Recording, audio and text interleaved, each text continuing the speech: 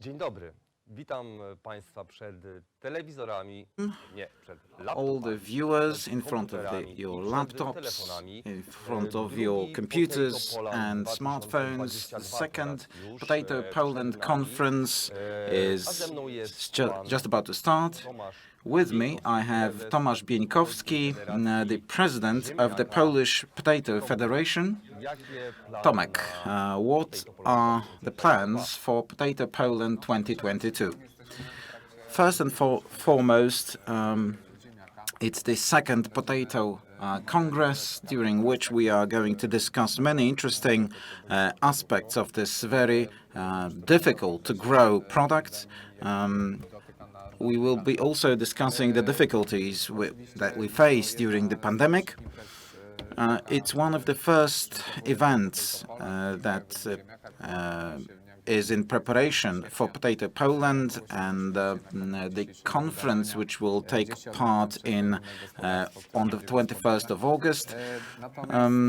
By the end of today, we will announce the specifics of those events. Today, we are going to discuss the market opportunities, how the market was changing over the last 3 years. The stats show that the changes are very dynamic. We need to adjust to the situation in the market that exists and that will continue in the future.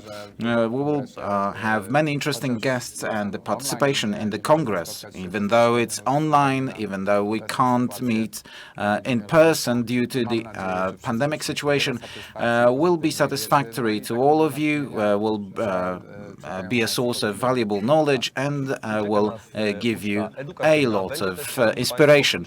So it will be a educational feast, but also culinary feast. My name is Marcin Balcerowski, and I will have the pleasure to host today's event. So Potato Poland 2022 starts.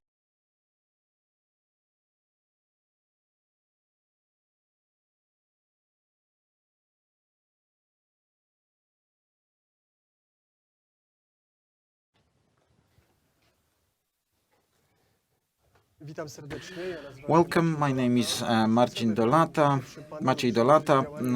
I would like to discuss today the Potato Promotion Fund today. The largest projects serve also as a very important integration tools for this sector. I will ask Witold Boguta, the head of the Fruit and Vegetable Promotion Fund, to make an introduction. Just a bit of introduction what this fund is all about and how the funding is spent. First of all, it's private money of the growers, in our case, growers of fruits and vegetables, including potatoes. This fund is managed by a managing commission, including, among others, growers, representatives of growers, and the projects are delivered by those organizations. So these are money of the growers, spent by growers to promote our products, our fruits and vegetables, including potatoes. Over the last few years, the fund changed its ways to spend money. We are focusing on all year round projects, large projects that during the season promote fresh fruits and vegetables. And outside of the season, we promote processed fruits and vegetables. We would like to spend the money as effectively as possible. This is why we take a lot of action. We are spending the money to increase the efficiency of expenditure, and on the other hand, we want to ensure integration of the whole sector by ensuring that the projects form a consistent entirety. We will discuss a couple of major projects that we deliver But on top of that, we would also all like to discuss umbrella projects that we deliver every year, to ensure more integration between projects and to integrate the entire sector, not only around promotion, but also other important issues that we are going to discuss later on. Major projects, growing number of partners. Let's have a short presentation now. Możemy się przełączyć. Let's switch. Kampanie promują walory i korzyści z The campaigns promote the benefits of consuming individual species, in this case potatoes. treści dla różnych pokoleń. During the campaigns, we create content for different generations. We have growers of other species, tomatoes, garlic, champignons, zucchini. Those projects are aimed at promoting these vegetables. We have also another project to create content for young children, their parents and teachers, and it is aimed at educating this group of target group. Another project delivers educational content on processed fruits and vegetables. Let's move on to fruits. Apples from Grujec, more and more news about apples. Time for Polish superfruits. We are integrating in this project representatives of 11 soft fruits. All these projects can work together.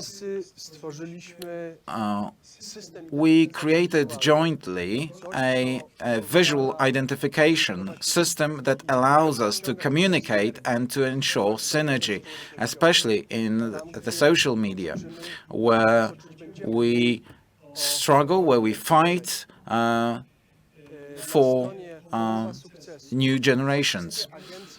On the website called Połowa Sukcesu, all the entities working towards these, to promote these projects can find answers how to promote fruits and vegetables, and they can also find materials that can be used.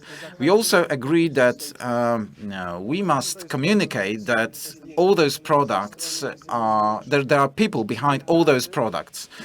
We have in this picture a grower, a nursery grower, and also a cook at the end, a chef.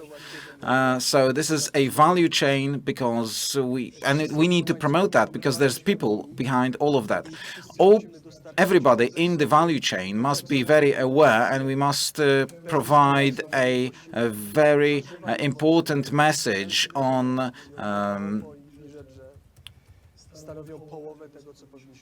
that fruits and vegetables should form half of our meals. Integration resounded very strongly in our sector because we had 17 sectoral organizations. This is how the core team was formed based on the promotional experiences.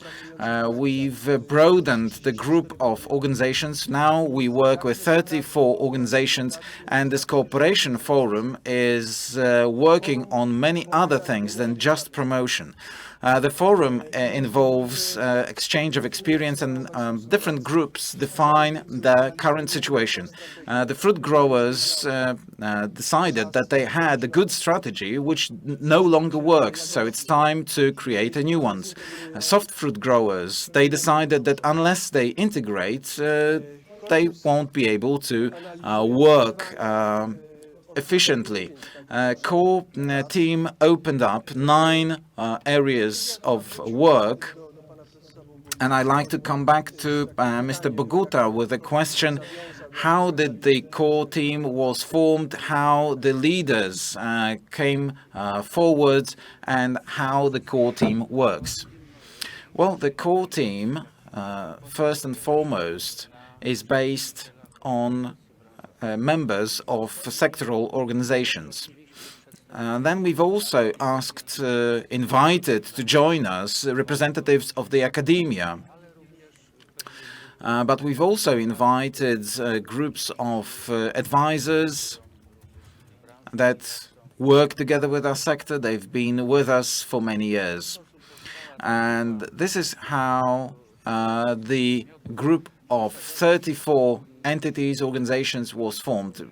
In fact, there's more right now because there is more people joining and more organizations joining our group. Last year, we've, by way of a process involving SWOT analysis, we've indicated 8 areas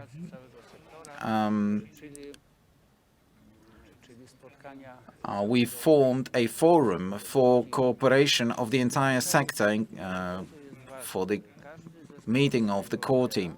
What's important is that every team has its leader and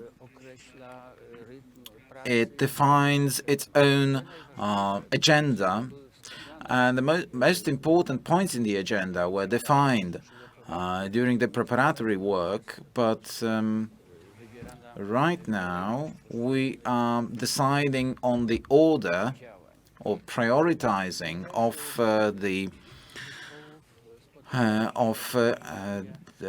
the activities. The team leaders are meeting regularly on every first Wednesday of the month. We meet online, and the entire core team will meet once per quarter. Of course, the core team and its individual subgroups are dealing with the ongoing day-to-day business, but the entire entire focus is long-term, which was missing from what we were doing thus far. One of the teams, and I'm holding right here a gadget, one of the teams is a team dealing with promoting the right nutrition behaviors, and those behaviors are illustrated in the form of a plate.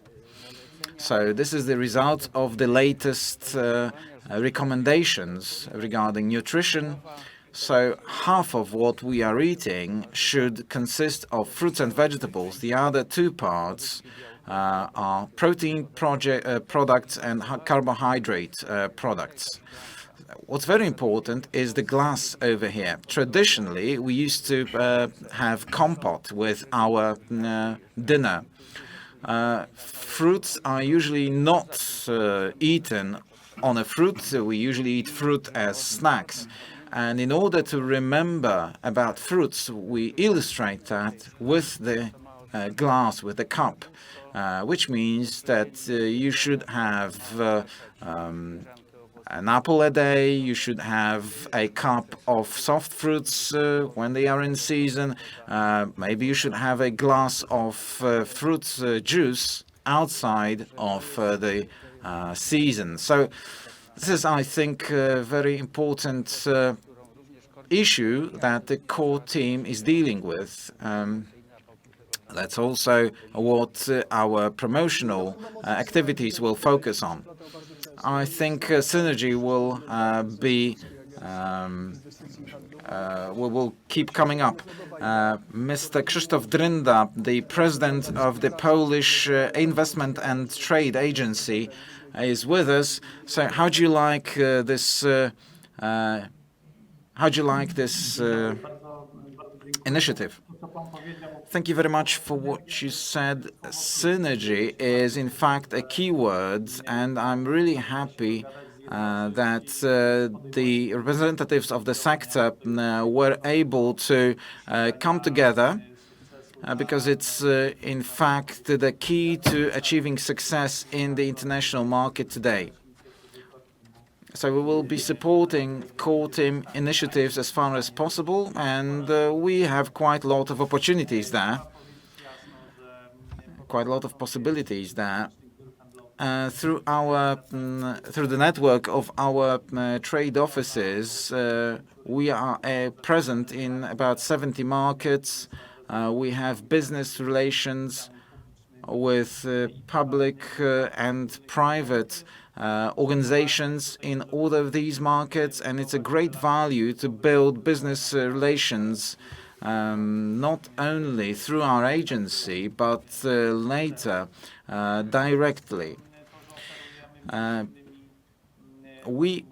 What we offer is organization or supporting the organization of business meetings in the individual markets, and this is a great value of core team for me is that it ensures that various perspectives come together, and it's very important that experiences are shared, and it's important that all the organizations bring their perspectives to the team, because it ensures more sustainability and more effectiveness of what they do.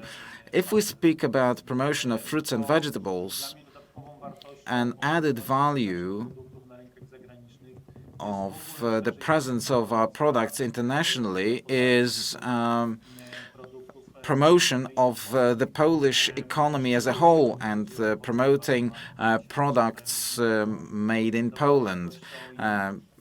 Fruits and vegetables are particularly important there because they are of the highest value, and this translates or may translate into the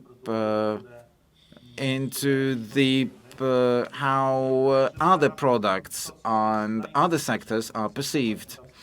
So what's most important is cooperation, synergy, and finding joint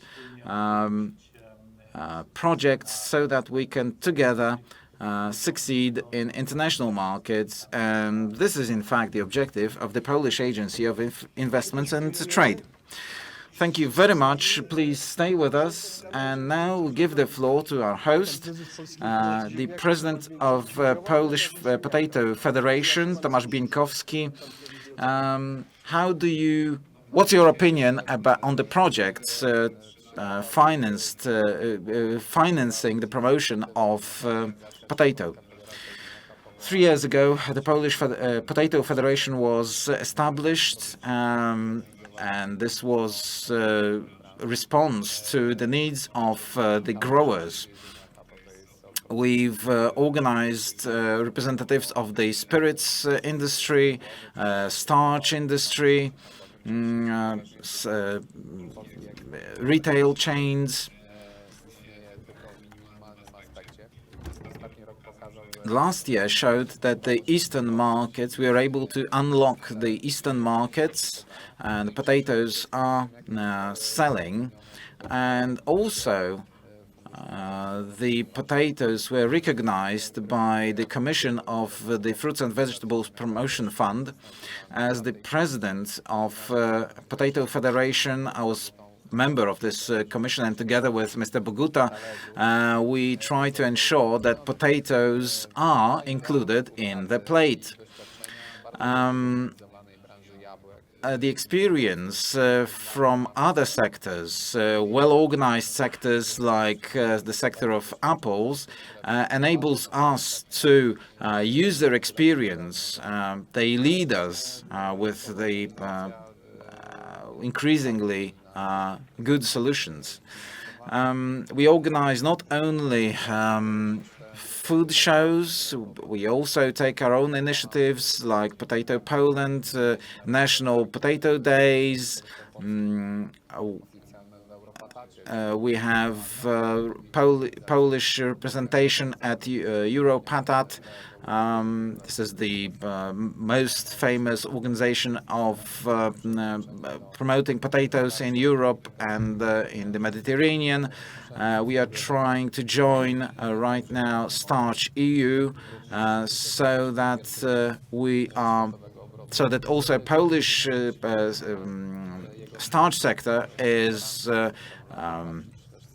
present in the market. So thanks to the experience from the fruit and vegetables sectors, so the other sectors which are represented in the core team, and our participation in the core team gives us strength, gives us support, and we can translate that into cooperation with the Ministry of Agriculture, Polish Investment and Trade Agency. We got support from those organizations. Also, the umbrella projects are important. Mr. Boguta was got the idea for this umbrella project, which ensures that individual organizations work together to create a promotional project for Polish food in general, not only for Polish consumers, but primarily for international consumers. This enables us to open up other markets and enables us to show the very high quality of Polish product. Thank you for answering my question, but it seems to me that what's important for us producers is, to bear in mind these things that you just mentioned. Well, above all, we need to fight against, this biased position that if something is imported, then it means it's better. There's all kind of discussions around the Green Deal, standards that are being introduced. It seems to me that we as Poles, in terms of the Green Deal, have much less to do than Western European countries who use intense farming with chemical product support, etc. We are an interesting entity as a country from the point of view of our culinary products sales, but also the history, tradition, and culture connected with these products. And all that we adopted in our strategy in the core team and the fund is focused on quality events, so that these events rather demonstrate not the low price and big amounts, rather high-quality standards and certificates of the products and the qualities of the country that these products are derived from. And these are our goals. And this Congress is, aligned with this strategy precisely. The effect that the potato producer community is achieving will be demonstrated soon.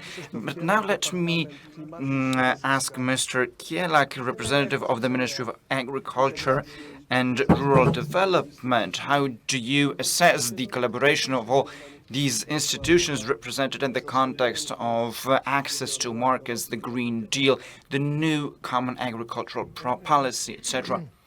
Well, ladies and gentlemen, we are all perfectly aware that the production potential of the Polish potato much exceeds national consumption needs. So if we're talking about the development of the industry, and this is why we meet today, we need to mention foreign expansion to foreign markets.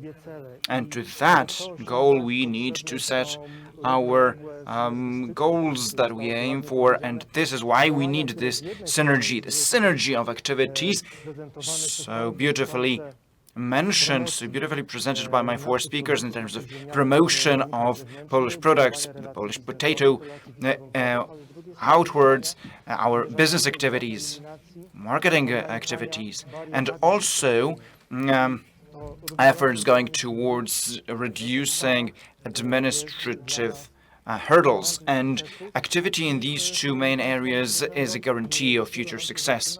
Ladies and gentlemen, this new year, I'm sure, will be remembered as a milestone year in achieving access to this closest to Poland market, that is the EU market. Because remember that there are still limitations in terms of Polish potato access to the European market.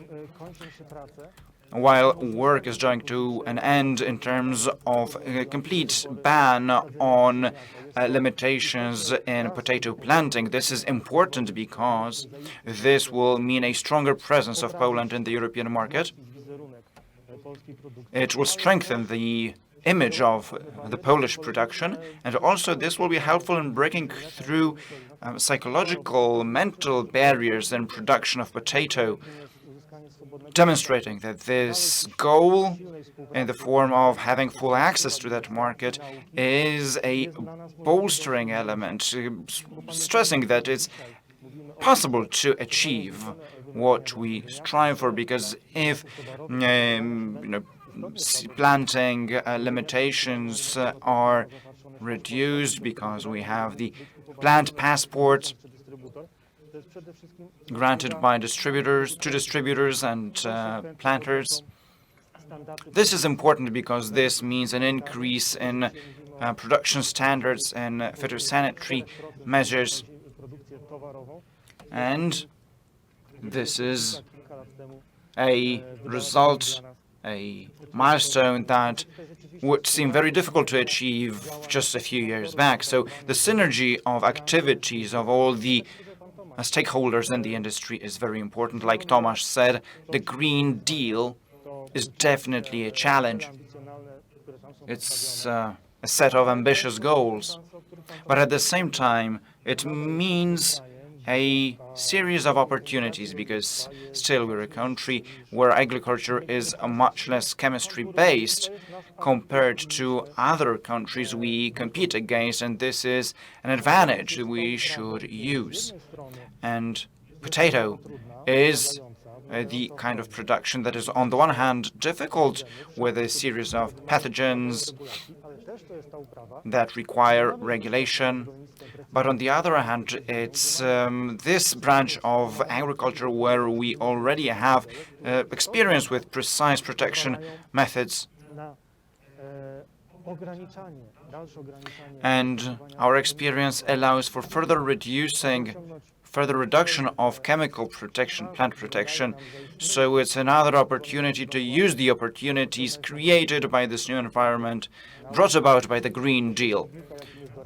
So, counseling, experience, advisory, administration, all these factors have to be in synergy so that this consolidation can take place. Thank you very much. I think this has been a nice introduction for our viewers of today's conference. To wrap up this introduction, we have the results of a brief questionnaire.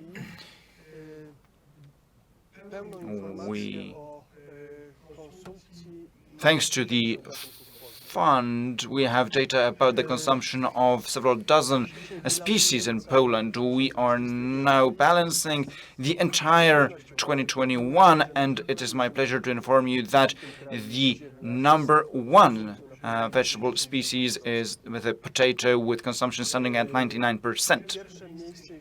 It ranks first in terms of stability of consumption, and this study has already been carried out for over 2 years now. Why is this? Well, because potatoes are a favorite, and I think this is a confirmation of how worthwhile the efforts are of the producers and all the players of this industry. Let's look at the consumption. 14% of Poles eat potatoes every single day. If we put together the first two chunks, this is 44% of people who eat potatoes 4 or 5 times a week, plus 46% people, which gives us 90% of Poles who eat potatoes at least 2 to 3 times a week. To jest no, wynik imponujący. This is really impressive. Ciekawostka, jak Interesting. demograficzna tej konsumpcji. Let's look at the demographic structure of consumption of potatoes. Please pay attention to the second and third columns, 4 to 5 times a week. The older the consumer, the more often they eat potatoes. To wygląda w tej trzeciej kolumnie. It's very interesting in the third column, 2 to 3 times a week. Younger consumers are more numerous. And please add these two, 20 plus 59, which gives us almost 80% of Poles eating potatoes at least 2 to 3 times a week. Mając taką bazę, With this base point, ziemniaki atakują potatoes are on the increase. Potatoes are an attack. te wyniki polepszyły. 2% growth is what we've seen in the last 2 years. This is what makes us really happy.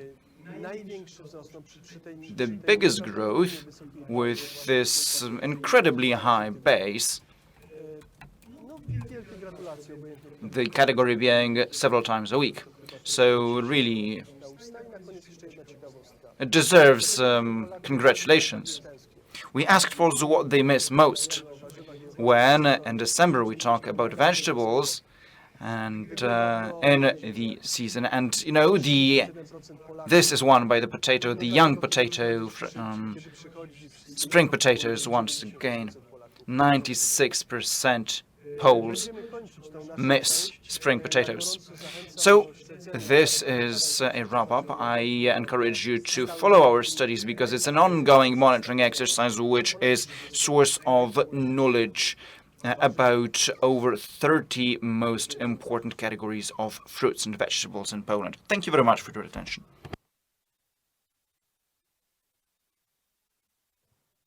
Szanowni Państwo, była Ladies and gentlemen, this was an educational feast. Now let's have an actual culinary feast. Let's move to the Warsaw Castle Square, będzie nas za to the surroundings of the multimedia fountains next to the Royal Castle, where this show will take place. Tasty and healthy culinary show funded by the Fruit and Vegetable Fund. Bon appetit. Witam Państwa z Kongresu Potato Poland. Welcome, ladies and gentlemen, from Potato Poland. This is the Fontanna restaurant in Warsaw. We are about to prepare for you 2 dishes based on the Polish potato. The first one, the Lord variety, is going to be potato cake with meat. And the second one will be tartar with herring and baked potatoes. Na początek przesmażymy wąż. For starters, let's sear some Następnie bacon. doda zioła We're about to sear bacon and then add herbs wędzoną. and hot pepper. Ja w tym czasie wezmę ziemniaki. In the meantime, I'm about to prepare potatoes. Let me put them in a bowl Doprawię pieprzem, and add some pepper solą, and salt. wcześniej zeszkloną cebulą, Onions,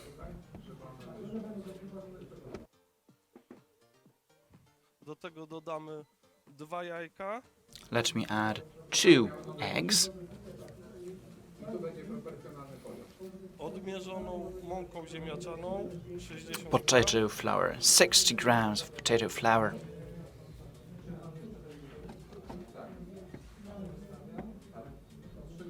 i bułkę tam.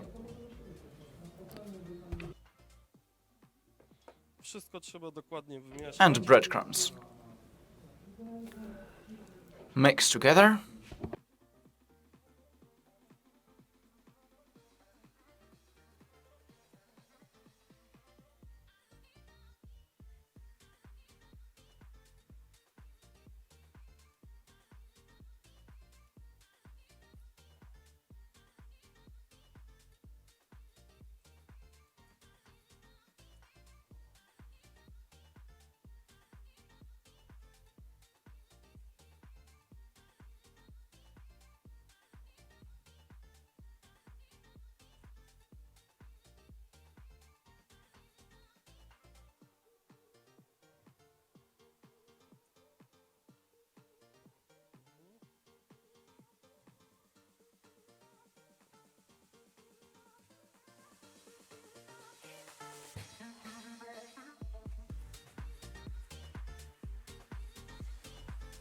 Podczas przesmażania boczku While the dodamy bacon świeże is searing, let me add some thyme, fresh thyme.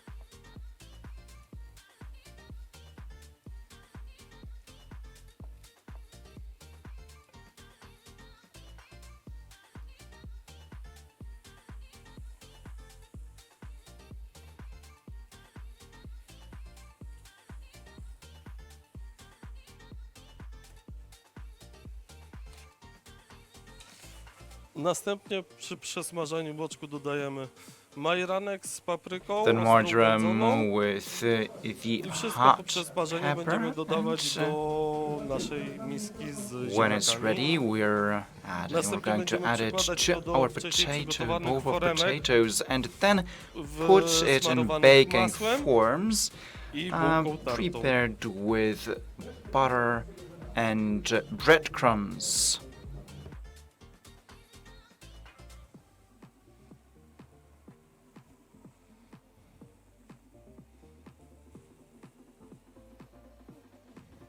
Dobra. Teraz poproszę boczek na blaszkę może. Yes, let's put the bacon maybe in a metal plate. Yeah.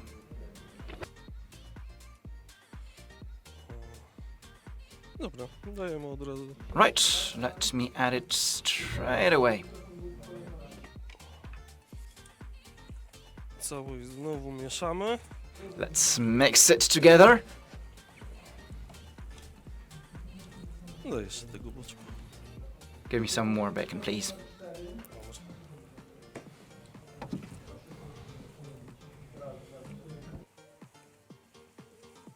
I tak przygotowaną masę będziemy trzymać te foremki. So when Nakładać it's all mixed together, let's put it Do into środka. the baking forms. delikatnie ubić, żeby wypełnić wszystkie kąty. Make sure you fill all the corners of the forms. I po środku umieścimy jeszcze And in po the połowie middle, zgrillowanej We're- kiełbaski. putting half a grilled sausage.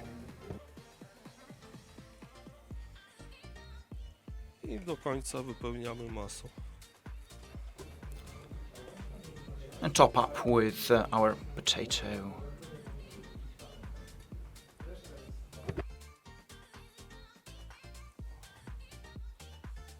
I tak przygotowane babki następnie wkładamy do pieca So na 2 prepared godziny na cakes 130 We stopni. put in the Będą oven gotowe. at 130 degrees for 2 hours and then they're ready. Nasza babka jest już w piecu, podczas gdy babka The się potato piecze, cake is in zapraszamy the na oven. dalszą część kongresu. While it bakes, let's have the next section of the Congress.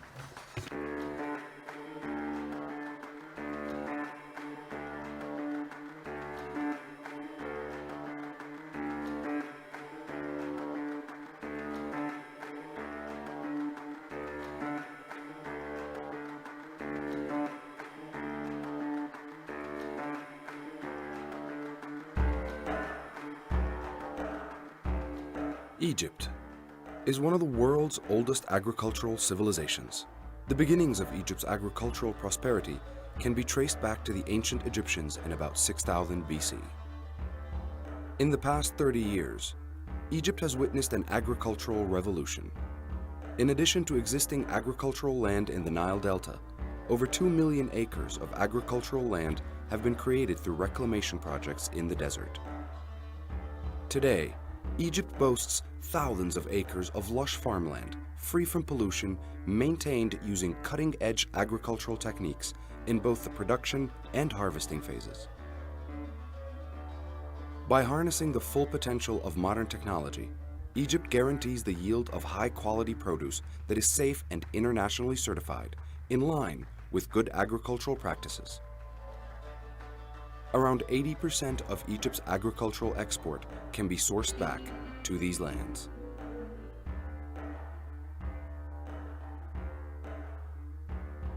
Water is essential to agricultural prosperity. Egypt has in recent years committed itself to modernizing irrigation methods, with the aim of saving water by switching to progressive techniques such as drip and pivot irrigation. In order to comply with international food safety standards, Egypt has updated the list of permitted pesticides for use in Egypt and has prohibited the use of all internationally banned pesticides. It has also begun expanding the use of biological pest control methods in order to produce crops that are safe for both foreign and Egyptian consumers. Many countries around the world have come to rely on Egypt to meet their needs for fresh fruit and vegetables. Egypt produces a variety of fruit and vegetables for export, including oranges, potatoes, onions, green beans, strawberries, grapes, and other essential crops. Oranges constitute the bulk of Egypt's agricultural export. Egypt is considered the world's largest exporter of oranges and the fourth largest exporter of strawberries.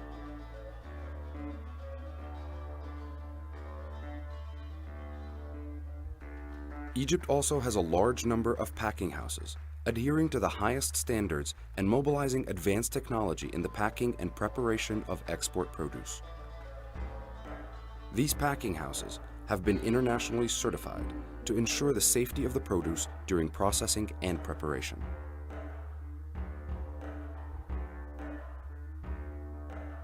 The recent success of the Egyptian agricultural export sector and the fulfillment of ambitious growth targets set by the Agricultural Export Council and the Ministry of Trade and Industry in coordination with several state agencies is a clear indication that Egypt is on course for an agricultural renaissance.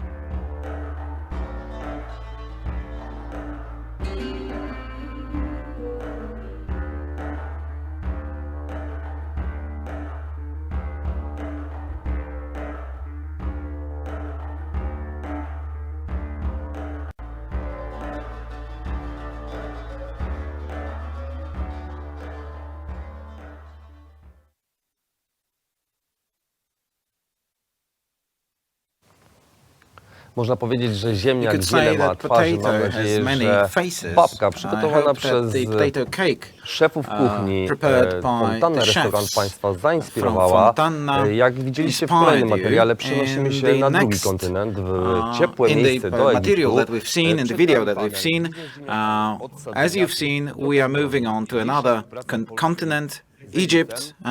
We are going to discuss cooperation between Poland and Egypt. And then for another recipe, we'll see each other at 11:45.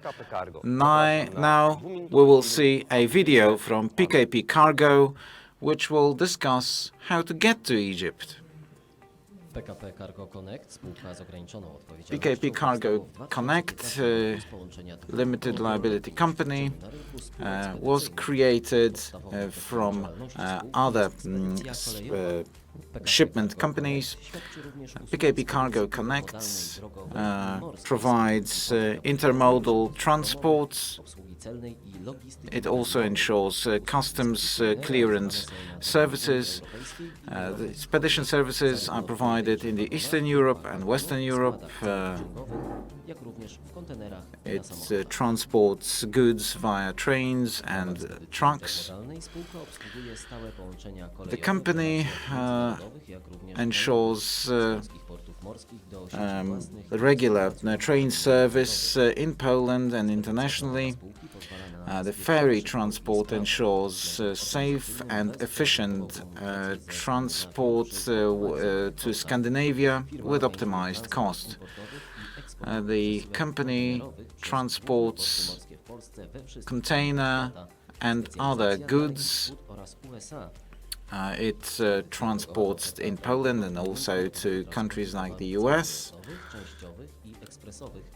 spaletyzowanych i luzem. It ensures transport of palletized goods, neutral and dangerous products. PKP Cargo Connect podejmuje się dostarczyć PKP Cargo Connect gabarytowe, które przekraczają standardowe can klasy, transport masy any dozwolone miejsca goods of any size to any place in the world. posiada sieć agencji celnych i magazynów The company has a network of customs agencies and customs warehouses, terminale kontenerowe i konwencjonalne na terenie całej container and conventional terminals, and ensure transshipment services for for all kinds of goods, including bulk and container. The terminals on the eastern border of the EU a terminale w małych provide services for goods between Asia, goods streams between Asia and Poland. As part of the new Silk Trail, the company provides services, transport services to Asia and back.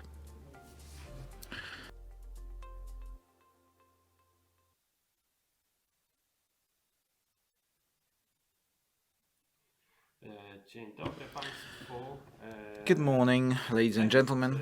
Egypt, the largest economy in North Africa and the largest producer of potatoes in Africa. Potatoes, after citrus fruits, are the second biggest food category. Other than in Poland, potatoes in Egypt are harvested in winter. The commercial exchange between Poland and Egypt is the most important in the potato sector. Egypt is the second largest recipient of apples, and it's second only to Belarus, apples from Poland. The value of sales of Polish apples to Egypt will go beyond 200 million zlotys. In fact, we are discussing another product. Today we are discussing potatoes, anything from seed potatoes to technologies. We have Agnieszka Przewodowska from Pomorsko-Mazurska Potato Breeding Station.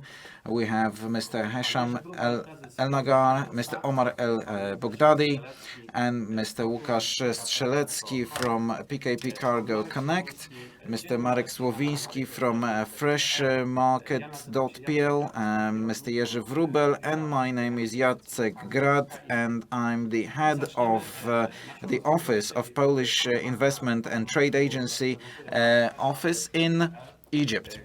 So let's hear from freshmarket.pl, a valuable source of information about fruits and vegetables, also in English, which is very important for our Egyptian partners. Marek, could you please introduce freshmarket.pl? Right. I'm the editor of freshmarket.pl, which provides information about wholesale fruit and vegetable market. We provide the information on daily basis, and a lot of it. We are monitoring prices in over 50 wholesale markets in Poland and worldwide. We have our own monitoring system. We publish our own texts, as well as we reprint texts from other sectoral media. We have thousands of unique users that visit us every year. I'd like to discuss the Polish potato market and international trade in potato from Poland. Poland continues to be an important potato producer in Europe, even though over the last years the volume was shrinking. Also, the area of production shrank between 2017 to 2021. It dropped to 339,000 hectares to 200,000 hectares, so a a significant drop. The production is going down, but it's interrupted. This trend is interrupted by factors like the weather, which are very important for harvest, for yield in Poland. But anyway, in 2019, we had 9 million tons. In 2021, the volume of production is estimated at 7.1 million tons. Regarding international trade in potatoes, Poland is not a big player in terms of exports of potatoes. For many years, we were facing major problems in exporting fresh potatoes. The worst over the last decade was 2015. The export was only 15,000 tons in 2015, and the production was over 9 million tons. So we were a producer comparable to Germany, but our export volume was 15,000, and at the same time Germans exported over 1 million tons per year. This terrible trend was changed later, so we see an improvement in export. In 2021, by November, the export of potatoes was around 96,000 tons, so many times more than in the breakdown years. We are a net importer of potatoes. We import much more potatoes than we export. Over the last years, I mean, of course, the import situation is changing depending on the supply of national potatoes. There is a significant import window for a specific kind of potatoes, the early potatoes, but the imports happens throughout the year. In 2021, by November, imports of potatoes was over 115,000 tons. In 2021, Poland delivered the biggest quantity of potatoes to Ukraine, 13,000. We imported the biggest quantities from Germany, 58,000. Egypt in 2020 was the 8th on the list of suppliers of Poland. So we've imported 5.3 thousand tons from Egypt. The import from Egypt is growing over the last years. From 2015, we can see an increase with a little bit of a downturn in 2020. In 2021, by November, we've imported from Egypt 4.5 thousand tons. So perhaps by December we'll reach 5,000 tons. Another thing about importing potatoes from Egypt is that our National Statistical Agency has a threshold, import by July and after July. Previously, we had more potatoes imported from Egypt in winter. Later on, we had a bit of a equal situation. In 2021, we've imported 4,000 tons, and after July, 1,000 tons was imported. So we are talking about consumption potatoes, and now I'm going to cover the seed potatoes. Regarding exports of seed potatoes in 2021, by November, we've exported 6.1 thousand tons of seed potatoes, and this is a very good result. Previous years, the performance in previous years was worse, and the list of importers of Polish potatoes differs. In 2020, Germans bought 1,000 tons. In 2021, By November, Russia became the top of the list, 1,500 zeszłego roku. tons. Talking about Egypt, Egypt imports more or less the same amount of seed potatoes purchased from Poland in 2020. It was 490 tons in 2021. By November, 340 tons, which means that Egypt is the 8th on the list of importers of Polish seed potatoes. Sadzeniaki oczywiście Polska także importuje. We also import seed potatoes into Poland, but that's a matter of, and there are no, in fact, there is no import of seed potatoes from Egypt into Poland. Marek, thank you very much for this introduction on the potato market. Thank you for the important statistics. Now let's move on to our next guest, Mr. Hesham El-Nagar. I will address Hesham in English. Thank you for being with us here today. You are the CEO of Daltex Corporation, and Daltex Corporation was founded in 1964 by El-Nagar family. It owns over 20,000 hectares, produces around 300,000 tons of potatoes every year, and exports to more than 60 destinations. These are all impressive numbers. You are also the first ever in history exporter of oranges to Japan from Egypt, and you also had experience in importing apples from Poland, but also from Italy and Greece. So, Mr. Hesham, obviously you are one of the biggest players, if not the biggest player on the Egyptian potato market. Please describe to us, what does the potato sector market look like in Egypt? Who are the most important players in terms of companies and institutions?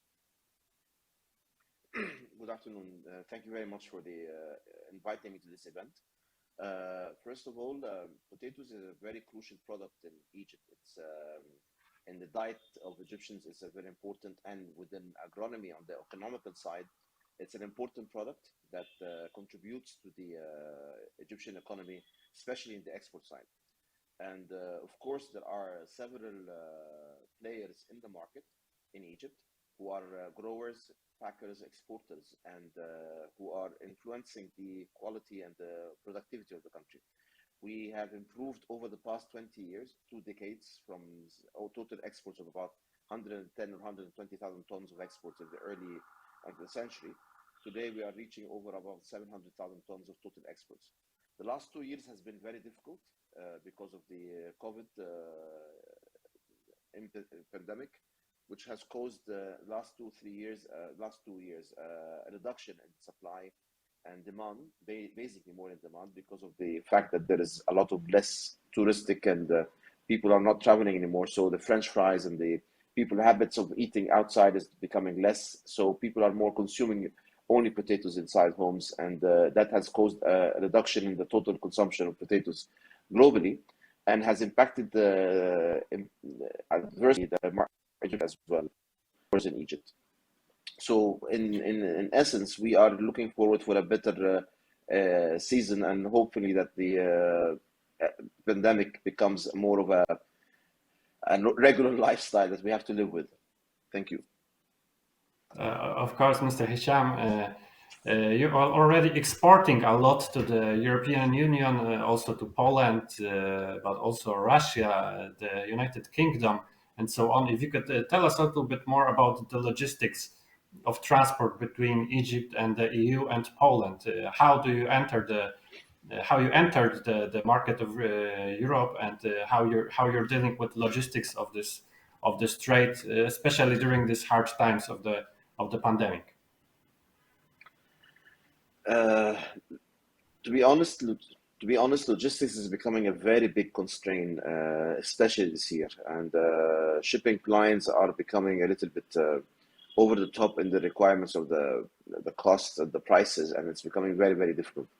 We are, to be honest, on the figures that I heard earlier, I think Egypt is exporting a lot more to Poland than those numbers because through Germany, or through Italy, because we are shipping a lot into the Italian ports, and then it's transported by truck into Europe, mainly Poland, Hungary, Czech Republic, Slovakia, and the Eastern European markets, Central Europe, which has been in the past 10 years being the case. So I think the numbers is a little bit higher than that going to Poland itself.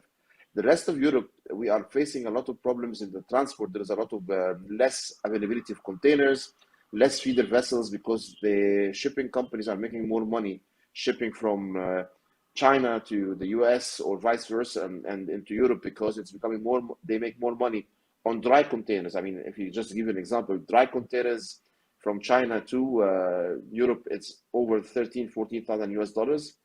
And reefer containers to Europe is $3,000. So they're making so much more money shipping dry, and they have moved a lot of the equipment into the Asian Europe market. So it's becoming very, very difficult.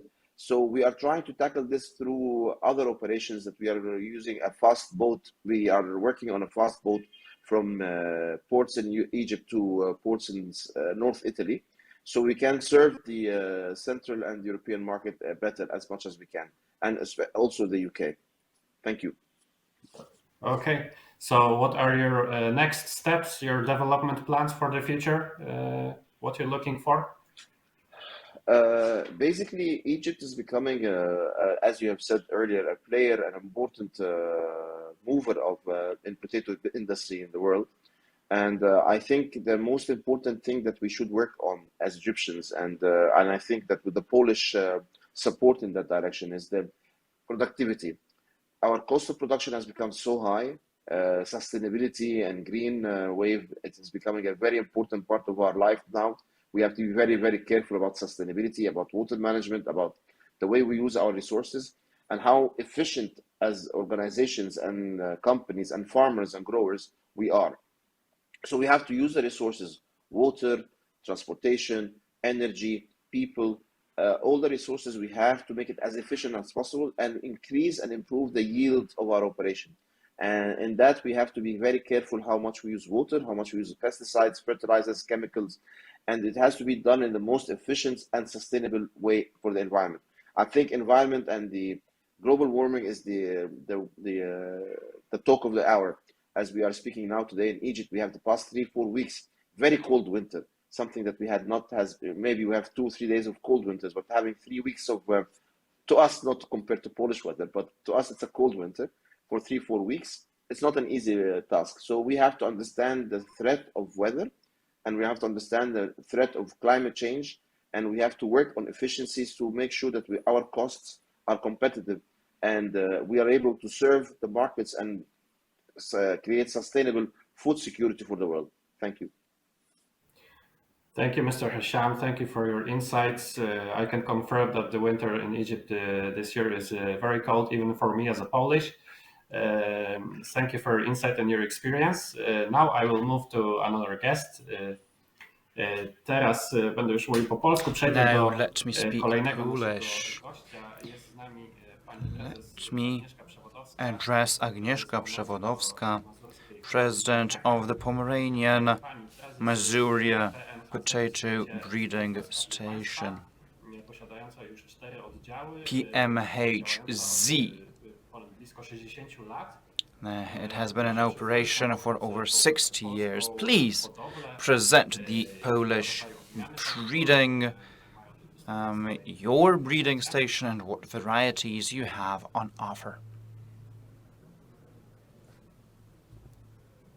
Inaudible, unfortunately. Dzień dobry. Dzień dobry. Hello. Szanowni Państwo, Good morning, Mazurska Hodowla ladies and gentlemen. The Pomerania Masuria Potato Breeding Station is a treasury-owned company. We have 50,000 hectares of breeding surface, and alongside production, we also produce seed potatoes, and since we've been in operation for such a long time in so many areas, we have huge production capacity, we have qualified personnel specialized in ground production, and we have huge surface of ground to use for production. So our production is really developing, and in terms of varieties, among others, starch varieties, but I think those for consumption are more interesting from today's point of view. Some of these varieties are very resistant to dry weather, low temperatures, etc. Planters in Poland, where we've also had dry spells and lack of water, shortage of water. Indeed, Polish planters confirm that these varieties are very resistant and cope well with such stressful conditions. They are not so prone to disease, and I think they might find their application in new areas, in new plantation conditions. We are not only producers, but also a breeding station. So alongside our field production, we have a series of research programs. Alongside perfecting our varieties. Please excuse me, Agnieszka. Sorry to interrupt you. Since we have little time, really, I'd like to ask you a specific question. We're talking about the specifics of Egypt, and certainly the climate conditions are different in Egypt than in Poland. Please tell us briefly, how do you see Egypt with its climate and whether your varieties are adapted? Well, like I said, most of our varieties are assumed to be resistant to dry weather and difficult weather conditions. In any case, if you were to approach things professionally and to be sure whether they can cope in particular conditions, it would be best to start experimental fields in Egypt with the support of our specialists, our scientists, who have wide knowledge about these varieties. It would be worth testing these varieties in the Egyptian climate, and I'm convinced that some of the varieties on our offer will be very well suited to Egyptian climate. Right, so you're open to starting such a project, right? Agnieszka, thank you very much for being with us. Now, I'd like to ask Jerzy Wróbel, head of AgroSad, whom I talked to already about this project before. I know that you, Agnieszka and Jerzy, have been working together, and Jerzy Wróbel has been in the potato business for over 30 years. You work with markets as providers of potatoes, suppliers of potatoes. You know very well, thanks to your experience, you know very well the preferences of Polish consumers, and this is how the idea was brought about that you mentioned in terms of collaboration with the Pomerania Mazurian Potato Breeding Station.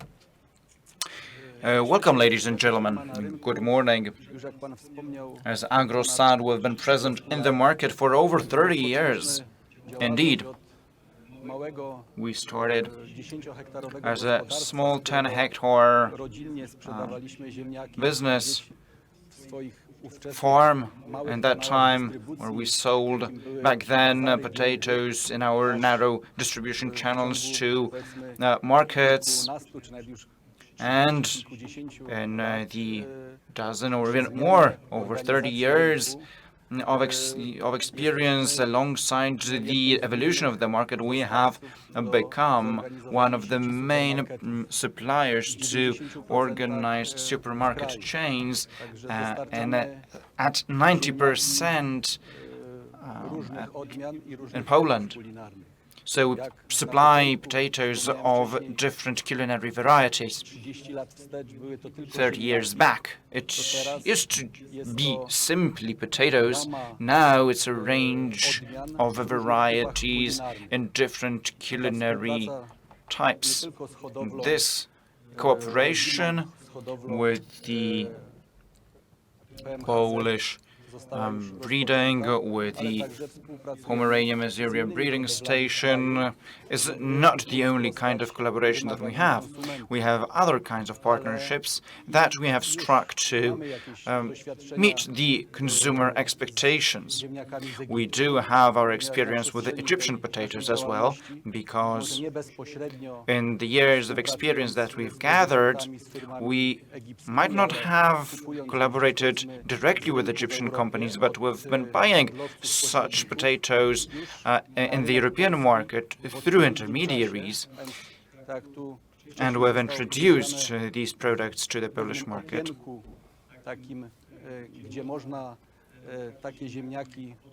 So, where there's a business window for selling this kind of potatoes, the early potatoes, spring potatoes, where Polish spring potatoes are not yet available between March and May, there's the opportunity to supply our consumers with this kind of product from Egypt. We've had this idea with the Pomerania Mazuria breeding station to test a number of varieties in the Egyptian market. Those that will cope with the weather conditions could in their time be brought to Poland and distributed among Polish consumers. So we are very interested in such a collaboration as Agrosad. We've already started this kind of partnership by distributing potatoes in the Polish market, and we know what Polish consumers are looking for potentially, and we are of the thinking that this kind of partnership might supplement in the right time and a business window the supply of the varieties that might be attractive to consumers. So I understand that it's about Polish varieties being distributed, and when they're not available due to Polish weather conditions, then using the varieties from Egypt to give Polish consumers what they're used to from the Polish market. Now let's have a conversation with one of such producers. I'm going to address him in English. Business development manager of El Bordadilla Group. It's a family-owned business working for almost 20 years.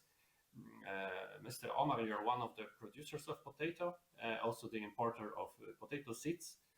Please explain to us what are the current challenges of the market in Egypt. What are you facing?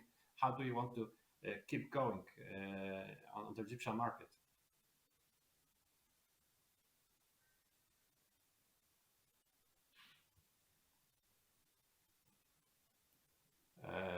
Dostałem teraz informację, że I now got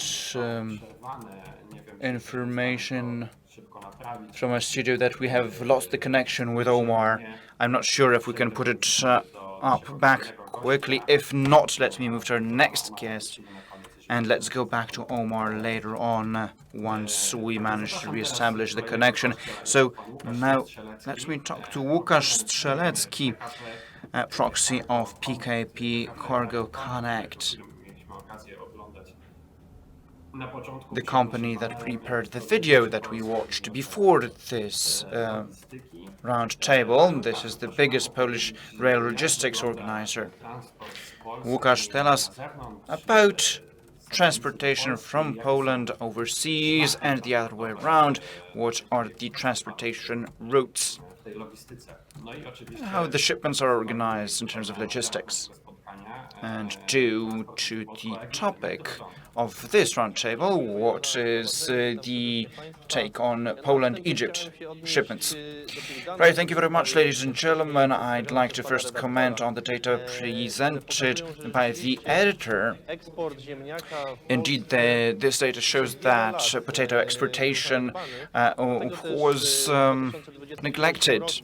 So in 2001, PKP SA with the Cargo Group and PKP Connect Group made the decision to launch the project Rail for Food. Under this project, we want to support our Polish exporters and offer them better logistics solutions in the form of transportation by rail and other means of transportation, other modes. Due to the fact that PKP Cargo Connect is the biggest logistics operator in Poland, active both in railway transportation, roadway transportation, water transportation, and air transportation. Also, we have our transportation hubs and other logistics solutions. This is why we started talks with the potato industry and with the fruit industry. This is a direction that we want to go, and we want to develop our both land-based and water connections. And what is our goal then? Well, in collaboration with agri-food producers, we want Poland to become a hub for imports and exports of potatoes, both from Poland southwards to North Africa, including Egypt, and at the same time, when there's the time window, like mentioned by my four speakers, when potatoes unfortunately have to be imported into Poland, we want them to be imported into Poland and then sent on further towards Eastern Europe. In these projects, we as a logistics partner, as a logistics company dealing with port terminals and Polish seaports, Gdańsk, Gdynia, Szczecin, Świnoujście, and rail operator, but also Rijeka Copper and Trieste. In the south, we are capable of organizing complex supply chains. We want to offer Polish producers logistics solutions adapted to their big quantities, since there's talk of a growth towards around 90,000 tons. We are a partner to provide container solutions, shipments of potatoes in containers, making things easier. What I mean is that it's easier to assume certain price levels in terms of calculation if we're talking about intermodal transportation. I mean loading containers with potatoes in Poland, sending them over to ports, then transship using, for example, sea transportation to Egypt. Thank you.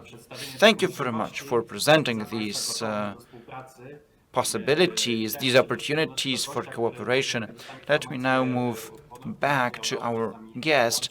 Apparently, we have re-established the connection, so thank you, Łukasz Omar al-Baghdadi. You are the business development manager of El Baghdadiya Group, which is a family-owned company working for more than for almost 20 years on the Egyptian market. If you could sum up for us, what are the challenges of the Egyptian potato market now? What are we looking for? How do you want to keep going on the market?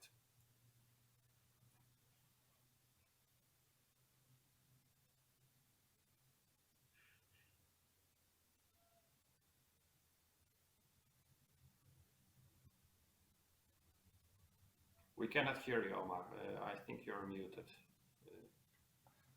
Terribly sorry. So, hi everyone. My name is Omar Al Baghdadi from Al Baghdadi Group, and it's a pleasure to be with you here today. So, I think we're all familiar with the following backdrop, so please stop me if you heard this before.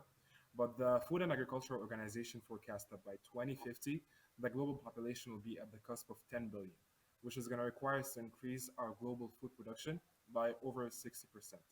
Pair that with the fact that climate change has slowly but surely changed how we uh, how we plant, when our window is to plant, and negatively affected our yields more or less, and increased our disease susceptibility globally. We are looking at a future where we're going to have to produce significantly more with significantly less. And that's why I envision that co-sponsoring and co-developing new technologies and methodologies all across the potato supply chain is a worthy endeavor for Polish-Egyptian collaboration. And the reason why that is that the potato market in general is extremely segmented, especially when you compare it to other large volume crops like corn, wheat, or rice. And so you have like small farmers that have a big say when it comes to the market and into what ends up getting adopted. And these farmers technically have the lowest technological adoption rate, especially when you compare it to other players in the field. And this is because of the high risk that comes with trying anything new season to season, which can negatively impact their crop produce and have extreme economic repercussions on them for years to come. And that's why adopting new technologies or methodologies across the potato supply chain um, is not exactly possible as of right now, without government incentives or incentives from large businesses and such. And yeah, in such an initiative, I believe that diversification would be key in opening new supply chains and introducing new varieties that will bring more stability into the market and provide more room to grow. And yeah, that's why I envision that any form of collaboration between Poland and Egypt will require us developing protocols to allow for efficient trials of new products when it comes to seeds, fertilizers, plant protection, and even machinery. And it will be on us to support distribution and adoption of all what proves to be economically viable so that we can have year on end innovation that can lead us to the goals that we need to go do. Thank you so much, Omar, for summing it up. So we need to cooperate, as we set the title, from seeds to technologies, and we require both the private and the public sector to cooperate, which we're doing now today. So thank you all for being here with us. Dziękuję Państwu, jak to Omar świetnie podsumował. Thank you very much. Like Omar wonderfully summed it up, we need to cooperate from seed through transport, logistics, up until technologies. We can see the willingness to cooperate on both sides. We also need to cooperate between the public and private sectors, which we are doing today, in fact. So I would like to thank you all for your interventions today, and I hand over to the studio. Thank you.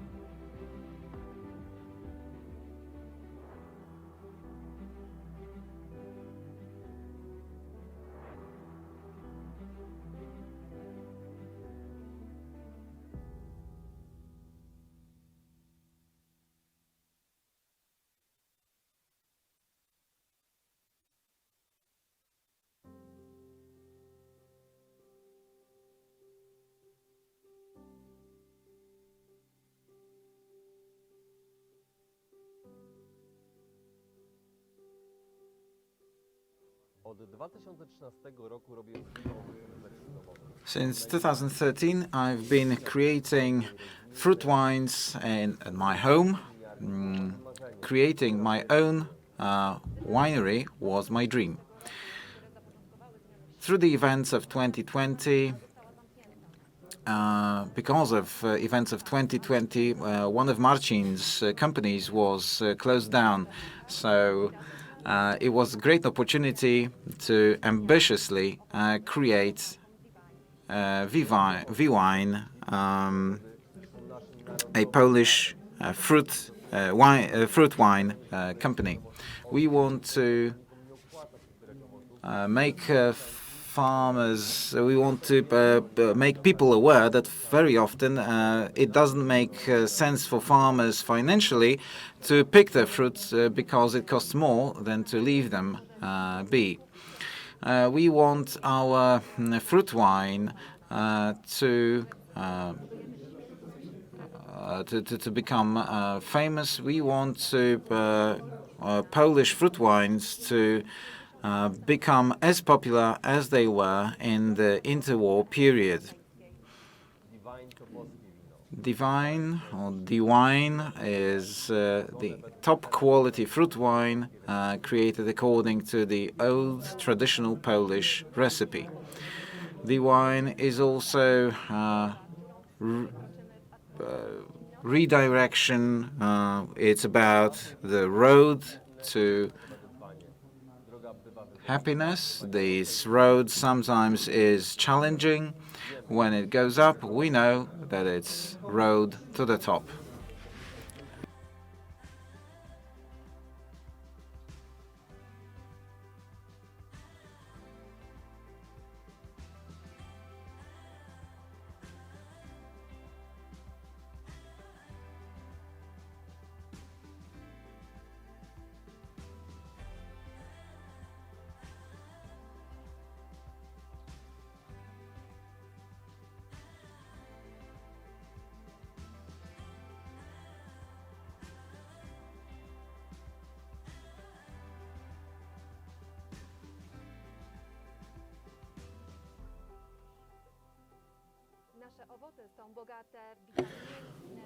Our fruits are beaming with vitamins, minerals.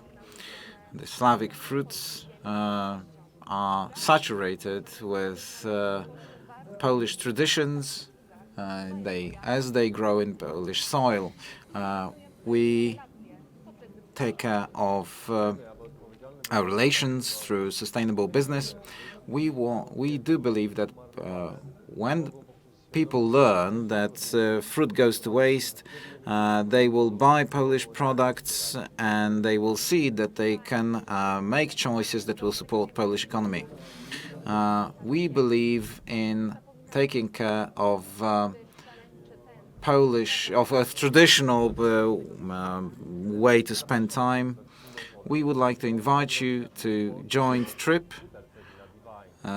starting with Polish fruit closed in the D-Wine bottle. Let's meet at the table and let's create a new, better world of D-Wine.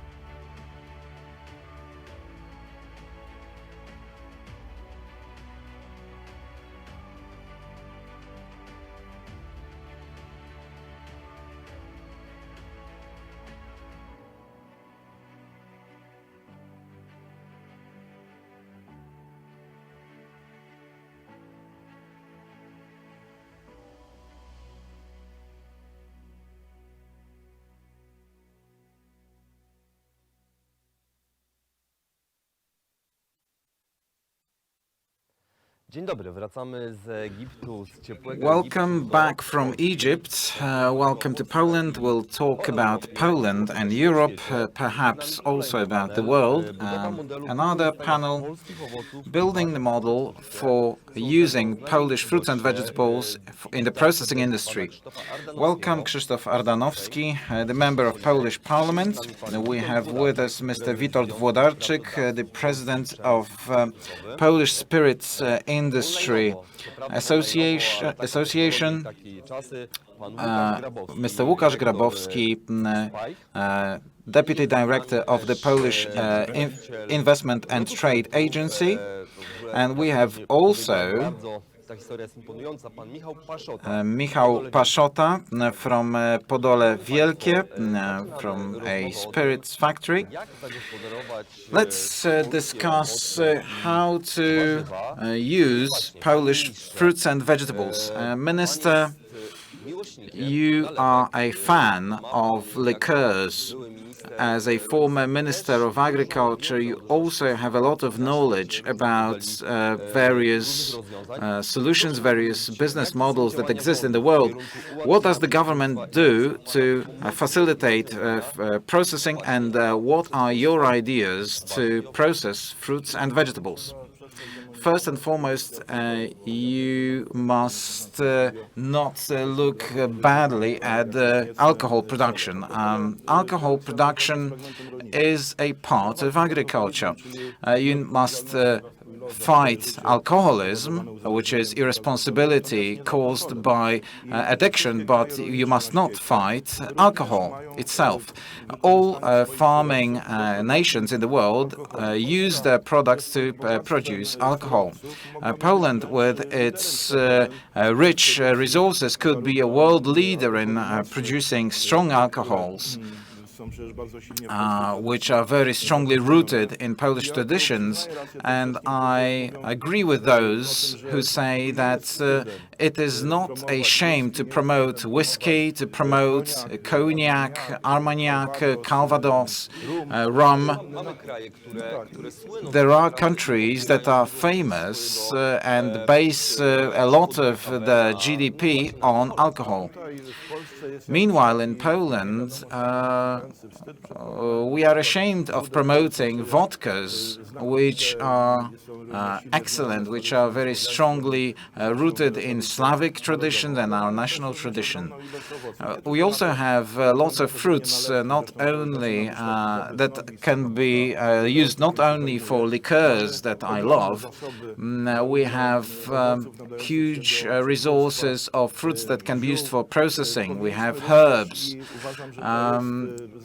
I think it's a responsibility of all of us. We must focus on promotion of fruit wines. In Poland, they are a synonym of something awful and something bad. We can promote fruit wines, at the same time promote wine made of vine. We will probably not be a huge wine producer from vine, but we may be a producers of fruit wines. We have a history.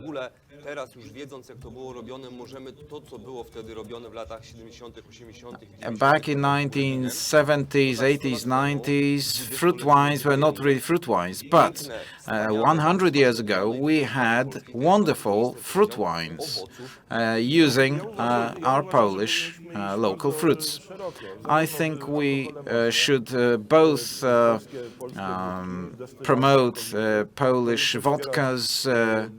We should promote liqueurs. There are many masters making this type of alcohol.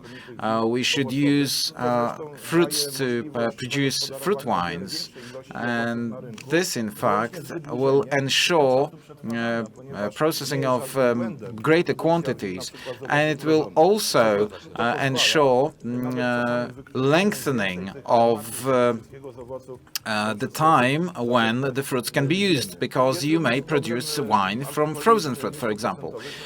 You can produce low percentage alcohols like cider or perry. I'm no longer a minister, but you're asking what should the government do? Unless we equalize beer with other alcohols, unless you give preference that have really no real source, you should put the same tax on all alcohols. Maybe you should give perhaps some exemptions for top quality beers, but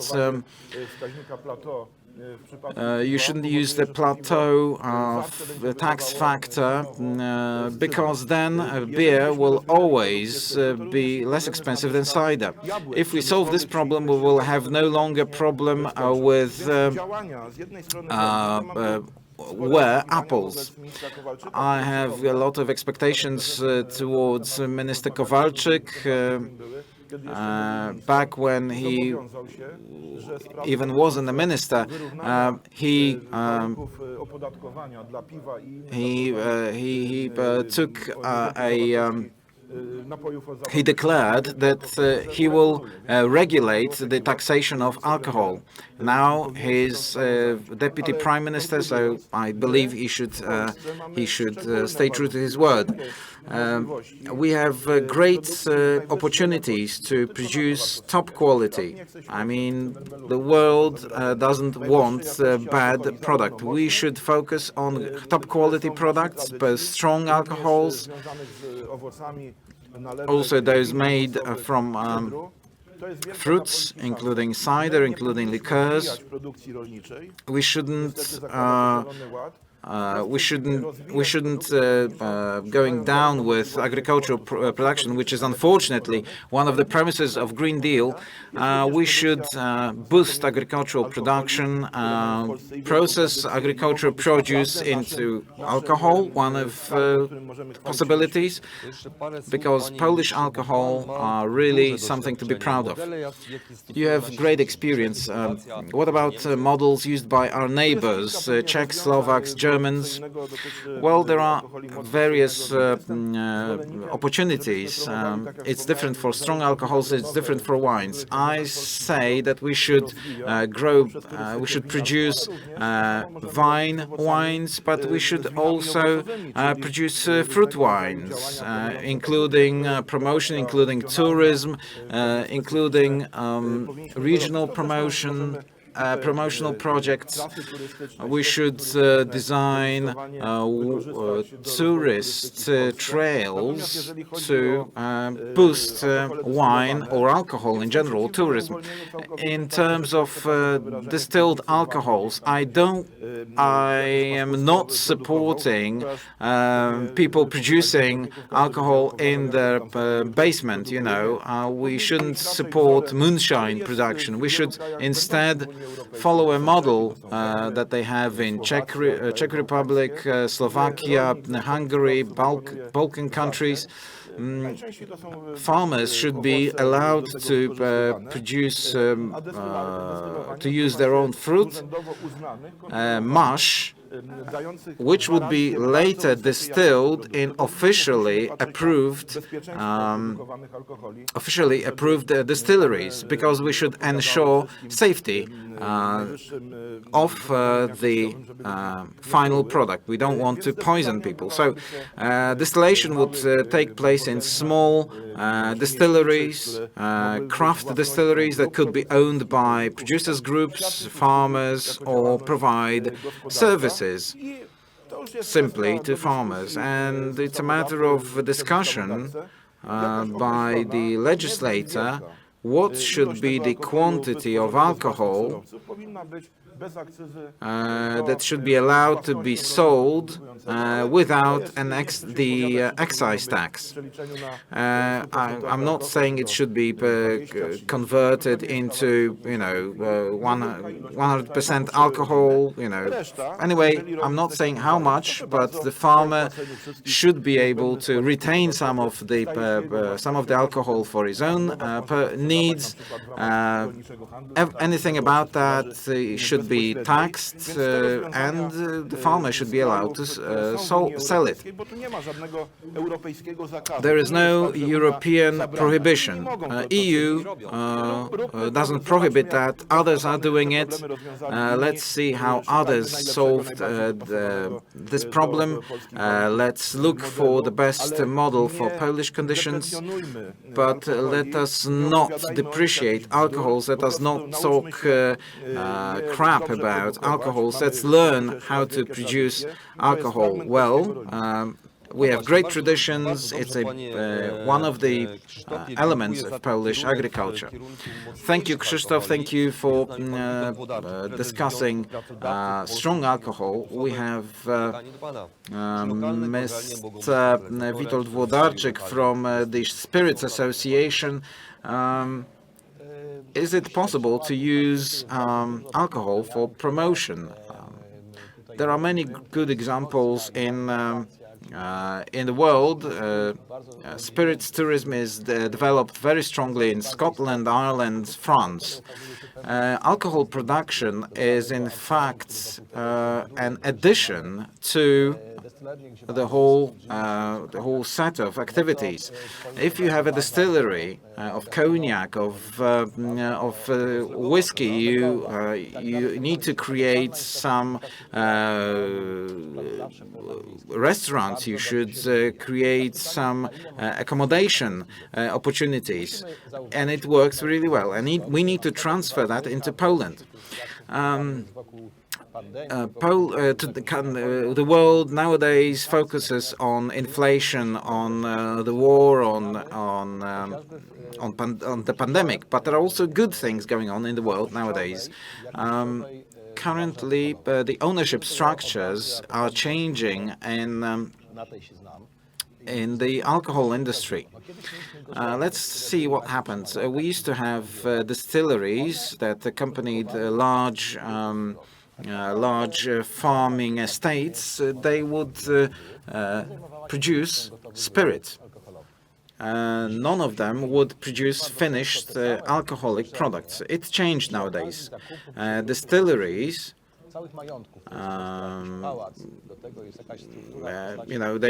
they are people buying large farming estates, including distilleries. They function in a completely different world. They produce high-quality products that can compete with products from around the world. We are, in fact, a leader in the quality leader in the world, in the spirits world. Do we know about it? No, because we don't have tourist trails, we don't have any support for promotion of exports. As the minister has mentioned, alcohol is treated as a shameful product. Meanwhile, in the agricultural sector, like they do in Scotland with whiskey, Polish vodka could be a driver of development. When I go to international fairs, you don't have to explain that we have good quality Polish vodka. We know about it, but you have great fruits, you have great potatoes, great grains, great cereals. This could be a driver for the entire sector. And now there are two elements which are very important that could support that. First, e-commerce. What do they do in Scotland? We have guests from Japan, Russia, US. They visit a distillery distillery, whiskey distillery in Scotland. They taste the products, and now they want to buy some of the products and take it home. But then you have to carry it on a plane and so on. So they use e-commerce to buy the products. If I want to buy something, some wine from France or the South Africa, no problem. But if I want to buy a bottle of vodka from my colleague sitting next to me, I can't do it via the internet. That's absurd. Second thing is equal treatment of spirit products vis-à-vis beer, for example. We don't expect any preference. In Germany, beer has preference because it's the national product. We in Poland are famous for vodka because this is our national drink. And we don't want any preference. We want to have the same conditions as they have for beer. Beer has a different system of taxation. Some countries don't use any excise tax for beer, like Germany, for example. So there's huge potential there, but we need to do a lot of work in terms of legislation, in terms of promotion. Organization that you represent needs to be involved in promotional projects. We are counting that 2022 will be, and I'm talking about small craft producers. They are real experts and they produce wonderful alcohols. Each visit to a distillery, there's a great story behind it. It's not like, somebody does it because they just do it. No, this is passion. Alcohol, or it's a product with a soul. We need to show it, we need to promote it, and it's not there today. And once we do it, it'll be great because we have great produce, we have great raw materials, we have great producers, and at the end we sell a wonderful product with Made in Poland on the label. Very interesting. It was interesting. What you said, namely, those abroad, people abroad already assess the quality of Polish fruits and vegetables based on the quality of Polish alcohol. That's interesting.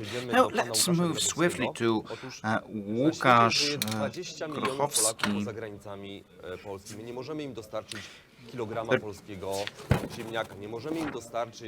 Łukasz Grabowski, sorry. We can't deliver best quality fresh Polish vegetables and fruit to Poles living abroad, but we can supply them with good spirit products based on those raw materials. Polish products such as fruit wines, is that an answer to this yearning of Poles abroad for Polish fruits and vegetables? How do you think what can producers count on in collaboration with the Investment and Trade Agency? Thank you very much for having me on this round table. Indeed, we're talking about Poles overseas, over 15 million Poles living abroad who miss Poland, and they miss Polish produce from local stores. But I think we might have a wider outlook on the issue. We might think about supplying our products to every consumer worldwide, so that's not limited with the Polish populace. I think that recent statistical data about exports proves that, well, we're not so bad in terms of exports, but it could improve. And for improvement, we need joint action for promoting Polish produce abroad. Let me quote specifics. In 2016, the value of Polish wine exports and spirits stood at $470 million. And in the last 5 years, we have seen a consistent growth in the value of sales in 2021. We don't have yet December data, but it's $700 million for the first 11 months, which is 1.5 what we had back in 2016, which is the fruit of intense work of producers, exporters. I think that I might say that the Polish Investment Agency for Trade and Investment Agency hand in hand with producers and exporters can have an impact. We as PAIH are present in over 50 countries worldwide in collaboration with local offices. We represent all kinds of industries, and I see no hurdles for us to also work in the interest of producers of beers, ciders, and spirits. In 2021, we received 30 applications from the alcohol industry. Craft beers dominated small and medium breweries. The main interest was in European countries, Norway, Russia, and Asian countries. We're happy because thanks to the support of the agency, producers, craft beer producers, small and medium-sized breweries did acquire contracts in such countries as Asian countries, China. How do we prepare? Well, to prepare for such exportation exercise, we need to assess our situation. That is, check to what extent our resources in terms of finance and staff can allow for exporting the company's produce, because it's exports cannot be at the cost of local sales. You need to recognize foreign markets in terms of certification, demand, consumer preferences. Another issue is presence in fairs, trades, and exhibitions with our products. The agency's trade offices are open and available to you, ladies and gentlemen. We are open to organizing all kinds of events in collaboration with the Foreign Ministry. We can organize such events in collaboration also with our Polish foreign representation consulates and embassies. So, our role mainly boils down to selecting markets. If you pick a market and decide that that's the way to go, that's the place you want to be, then you need partners, access to distributors, wholesalers, store chains, etc. I think that is where you will find our support very useful. Polish producers request our support in terms not only finding a partner, but also consulting, advisory services, in terms of preparing for expansion, in terms of logistics, capital requirements. It's important that you are not left on your own from that in those financial terms, because if you need insurance in terms of shipment and collaboration with your business partners, then we have tools to guarantee that you, in collaboration with the BGK, so that it's made sure that once you deliver your product, then you have your payment guaranteed, which is always a risk. The more exotic the receiver is, the target country, the bigger the risk. But many countries operate in exporting to very distant markets, so it's all doable. I am convinced that on our part, supporting promotion is as an opportunity, and we want to reach small and medium-sized exporters with our offer. We are aware that there is a lot of work to be done in terms of awareness among Polish producers on a daily basis. We are located in Warsaw. We don't have regional offices, so the events such as today's are for us an opportunity to reach producers in different regions around Poland, and it's an opportunity to reach them with our communication, with what we do, and with our offer. And remember that the economic environment keeps changing, and we adapt to that, and we help you adapt to that. Also, we play an informational role during the pandemic. Since our contacts have been limited, we have worked in the remote channel. We prepared workshops, seminars, webinars for Polish entrepreneurs, thematic, geographic ones, and about product certification, about insurance, shipment, etc. So there's all kinds of strands in terms also of ABC, of export. So we're all welcome to approach us in case of any questions. Łukasz, one more question. How do we contact you? By email, by phone? What's the right channel? Of course, our websites are where you will find our phone numbers, but another good way to contact the agency is the contact form, where the entrepreneur is asked to quote particular markets they're interested in and the industry, and then the industry expert will come in touch with the person, with the entrepreneur, and they can have a more concrete conversation about the entrepreneur's needs. Of course, then our services will be adapted to the needs of the company. So you're all encouraged and welcome to be in touch with the agency. Witold, can I ask the representative of the agency? It's all very interesting. Thank you. I think it's worth using such opportunities. Now, assuming that the pandemic is drawing to an end and we will soon go back to fairs, and all kinds of live events.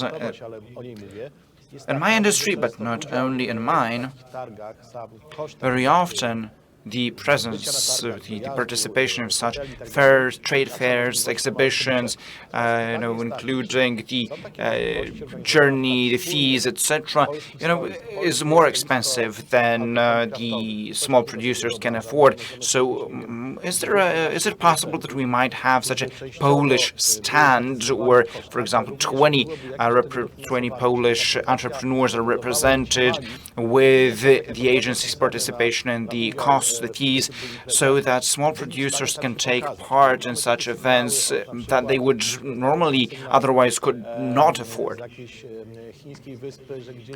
We've had signals from some Chinese island that they want to have craft beers from Poland that would only be available in their particular company to draw clients with a product that's only available in a single place. That might be interesting for small business partners to a larger extent than big international concerns. Is it possible to have such partial funding from external sources with your collaboration? Łukasz, just a brief answer on your part, please, because we have one more speaker to go. So please just let us know. Is it possible? Is it impossible? Yes, it's possible. Under the resources of the agency, we can organize national stands at fairs and expeditions independent of the country, as long as there is a local trade office of the agency, because then legally it's much easier to organize. Very often the stand organization cost is carried by the agency, and the participants have to cover the cost of accommodation, transportation, etc., smaller expenses. So we are open to this kind of cooperation. It's an open question. how many entrepreneurs will be interested to partake, because the size of the stand will depend on that. It's important to be represented overseas jointly, because often Polish islands are created by, one exporter is on the one end of the fair and the other one is on the other end, and in the middle there's a huge German stand, which makes things more difficult. So we want to do this together, jointly, because then we're stronger. Right, by joining forces with the agency, the Polish government, and the Polish organizations, trade organizations, Michał Paszota, wearing crafts alcohol creation at heart, created Podole Wielkie. That's a fruit of your passion and your determination. I think you are one among many, and that makes me very happy, because you are the salt of the earth in Polish distilling business. Polish spirits as a strong international brand. In your opinion, is Poland associated with spirits? There has already been talk about this, but I'd like to hear your opinion as a producer of spirits, because you know the process from the potato to the liquid potato, so to say. Right, indeed, from the field to the bottle is our process. We have our own farm, our own distillery, and outside the labels and the bottles, everything is created, produced in Podole Wielkie. There are not so many producers in Poland, but the wave is growing.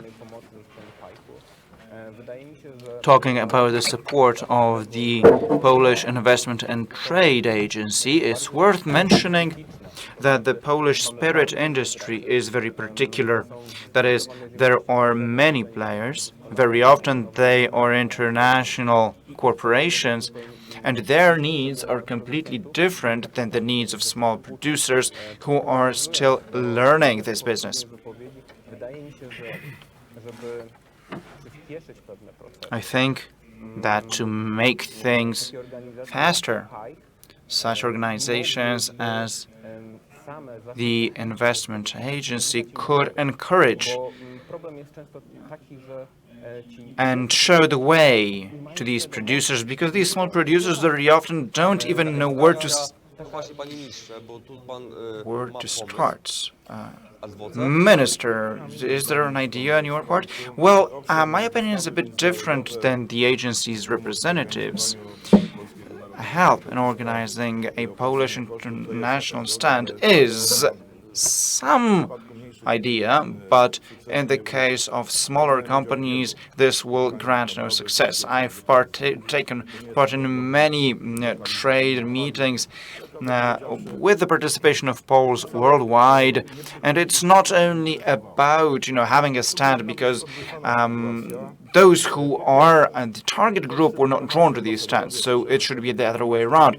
Polish ambassadors, diplomats should naturally, wherever they're accredited, wherever they're active, they should be promoting Polish food and Polish alcohols by way of paying back to their motherland.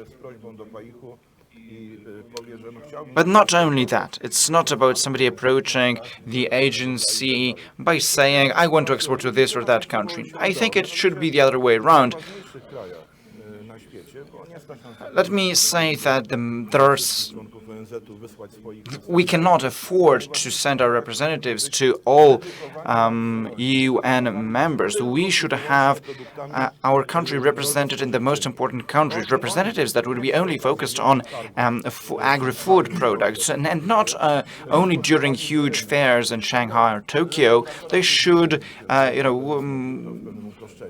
do market research, like in the case of the island that he used metaphorically, and recognizing demand wherever they are accredited, they're looking for a particular partner in Poland.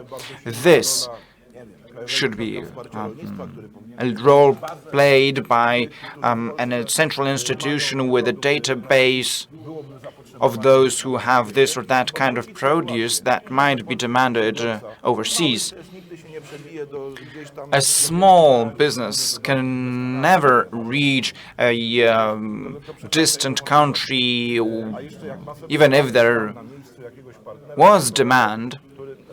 And then if they have to find a business partner, well, I don't see that being successful.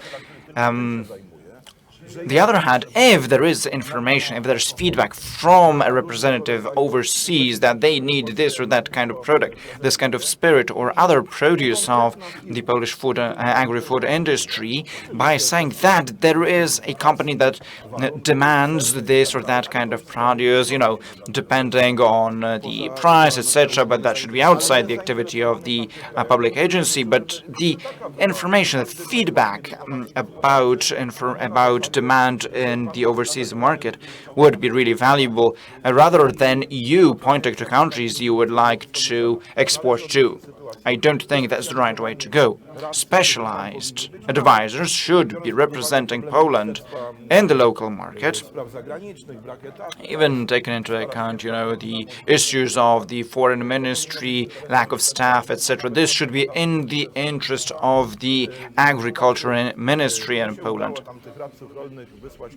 I managed to send a few of these agriculture advisors. They should be representing us in 20 or 30 countries worldwide in different locations to analyze demand and source producers that might respond to that demand overseas. Right, thank you very much. Indeed, this optimizes costs because it's not us as producers looking for receivers of our product. It is the other way around. Right, Michał, what is your take on this? What would you say about education, re-education, and spirit consumption? Let me comment on what you said about Polish spirits. We are today at the Potato Poland conference, so the main strand is potatoes today. Poland is a vodka country, and we're associated with vodka, particularly potato-based vodka, and that's already a brand. It's a brand that does not need any bolstering in the international market, and I agree with the minister that it's worth being more active in terms of exportation opportunities, because being passive with small producers spread around the country, you know, lowers our chances of succeeding. And then it's in the interest of the treasury, isn't it? The other issue I wanted to mention now, picking up on your question, education in terms of alcohol consumption in Poland is extremely important from my point of view. Very often we limit boasting our vodka, our alcohol products, due to the associations of vodka. But these associations are only present in Poland because they're not there abroad. So let's remember how rich our consumption culture is in terms of alcohol tasting, combining alcohols with food. The tradition is there. It might have been forgotten like many things in our culture, but it seems to me that going down that path and coming up with an idea how vodka should be consumed with dignity and respect for these products is of extreme importance, because this is an opportunity to reverse our point of view on alcohol. Alcohol traditions are present in practically every country, and we should be proud of our traditions instead of forgetting it. Now, our task is not educating towards not consuming alcohol. It should go towards consuming alcohol with dignity and respect to the product. Panowie, czyli patrzymy optymistycznie na Okay, so we are optimistic about Polish fruits and vegetables processed into Polish alcohol. They should be exported as much as possible.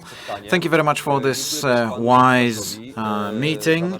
Thank you, Łukasz, for being with us online.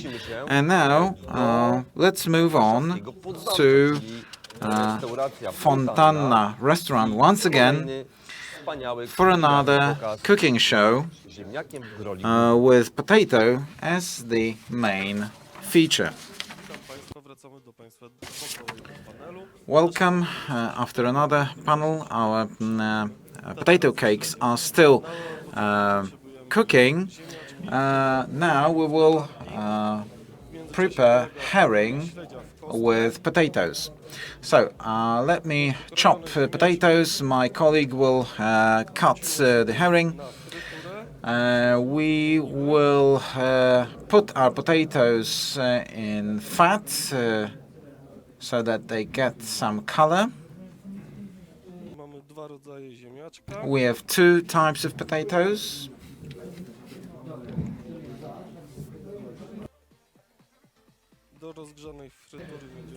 And we will now place our potato rings into hot oil.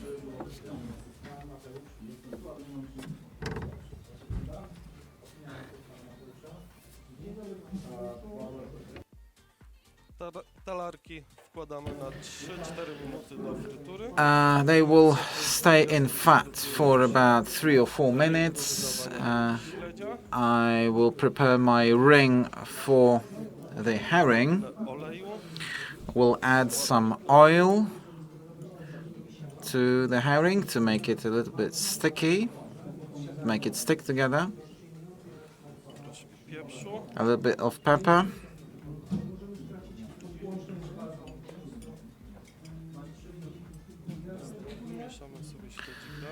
Let's mix it together.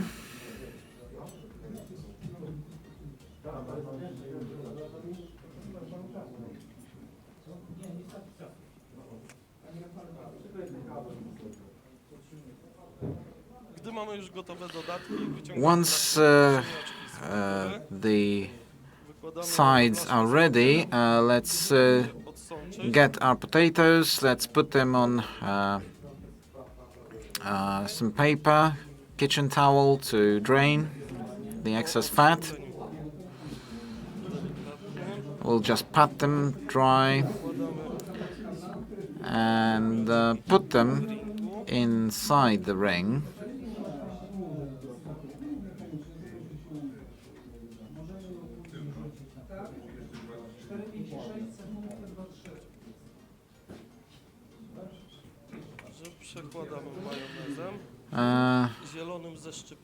Let's put on top of that some mayo with chives. Now we'll add the second layer of potatoes.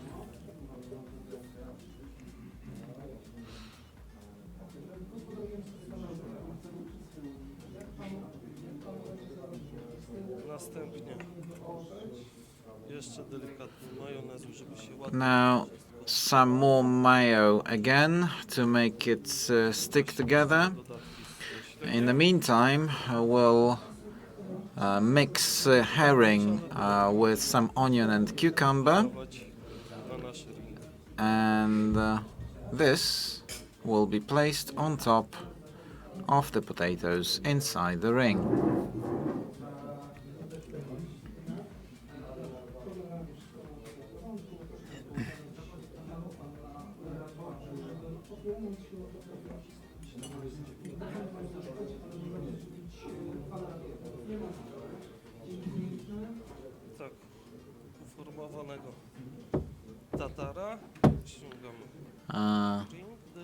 let us gently remove the ring.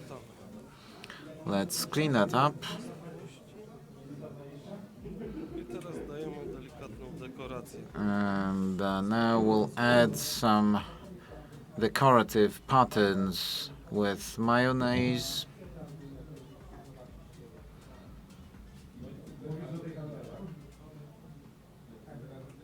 Dodatkowo kulki z kawioru. And we'll add some caviar with chili.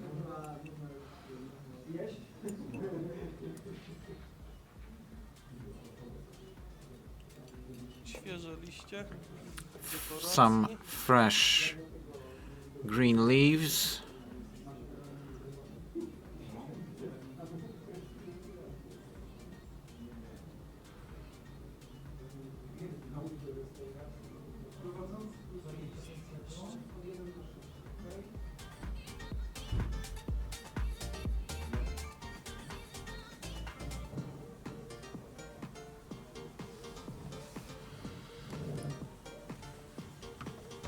I tak udekorowane danie. And this dish can be served to our guests. I'd like to invite you to the next panel. Znowu jest. Once again, it's been very tasty. We are back from Fontana restaurant near Warsaw Castle. You can visit this restaurant for some potato dishes, among others. Let's have now a panel on cyber agrotechnics, innovations creating the future of agriculture. Welcome, my name is Julian Ćmikiewicz. Let's talk about cyber agrotechnology. We'll be discussing plant passporting, agro-business and technology. We have with us Mr. Mateusz Balcerowicz from National Agricultural Support Center, Deputy Director of NASK, Robert Król, the President of Startup Poland Foundation, and Rafał Tomala from WOFIL.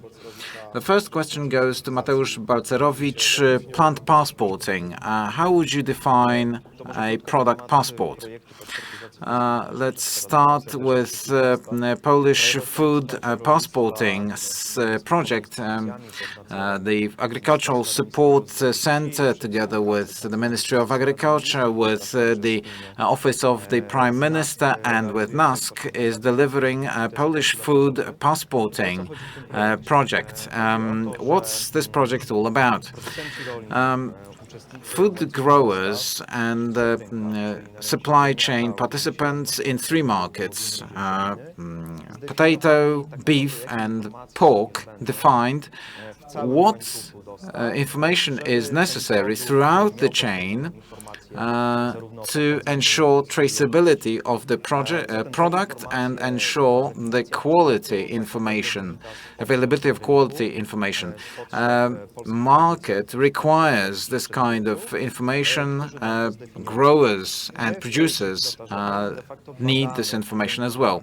In our pilot project, we are testing whether the information that we want to be included in the passport, whether it's possible to gather this information, and whether information number 1, number 20, number 60, because that's more or less how much information points will be included in the plant passport, whether it's possible to ensure that the information does not travel across products. So we want to ensure the origin of the product and the quality of the product.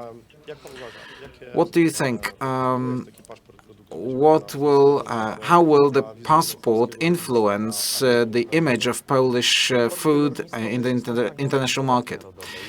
Agriculture is an important branch of Polish economy, so we want to prove something we all know. We want to prove that Polish food is high quality, it can be consumed nationally and internationally, and for that we need IT tools and communication tools that will allow us to confirm this information. This is why we need the passport. Once we are sure that the information is true and it cannot be changed, modified, then we may use it as a base to build marketing value, either nationally, to mark the products as originating from Poland, from a specific producer, and it will also have value in exports, because then we'll be able to ensure traceability and we'll be able to ensure that the product meets all the standards. It's very important for consumers. What added value is there for consumers? In the pilot project, we are not looking at consumers, but ultimately we would like the consumers to have access to some of the information, like information about the origin, about the quality, and whether or not the information is true and specific to this product. This is something my colleagues from NASK are dealing with. I'm sure they will describe it better than me. Reliability of information is the main thing. Now I'd like to ask Mr. Robert Król, how are you going to collect, secure this data, and what technologies are you going to use? It's a lot of questions. So let's start with the first question. How are you going to secure the information? What technologies are you going to use? Security is the most comfortable subject for me, because we are an institution responsible in Poland for securing the civilian part of the internet. So we are in fact experts at NASK in cybersecurity. In the pilot project, we are thinking which security technology will be best for the plant passport, because we are talking about huge amounts of data that need to be protected. So it's not about information security.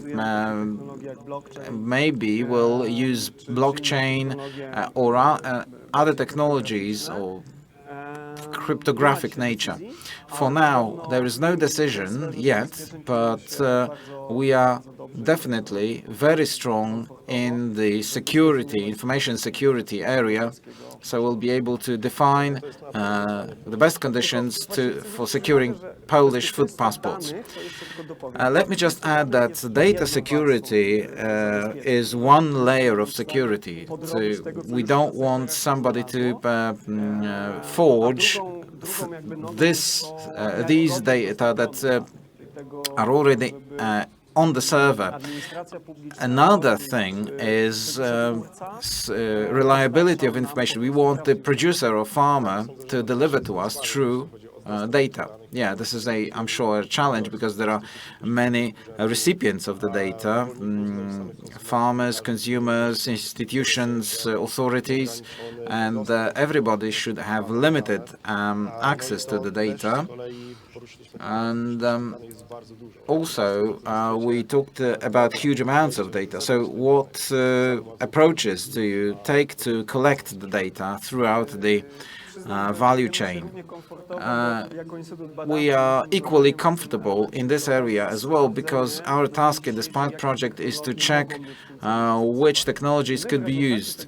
So as a result of this project, so the challenge that we've taken together with the Agricultural Support Center, what we need to do is we need to define potential technologies that can be used, that are recommended to be used. And our task in the pilot project is to check how the market does it.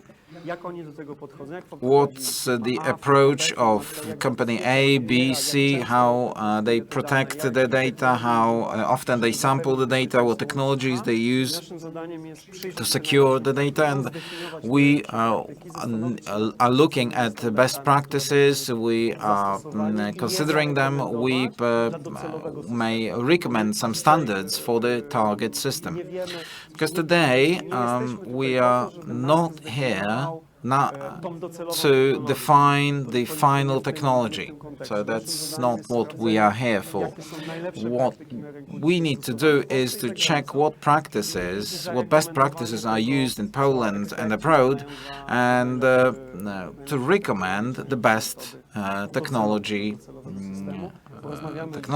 for the target system, because we are talking today about potatoes, beef and pork, but there are many more agricultural produce, so we are looking only at a fraction of the agricultural market.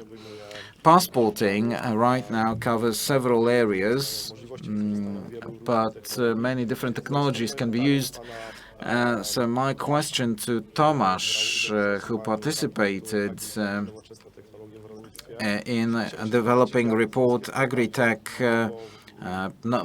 state-of-the-art technologies in Polish agriculture.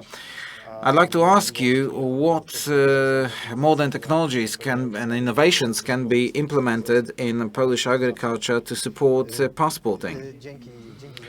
Thank you for your question.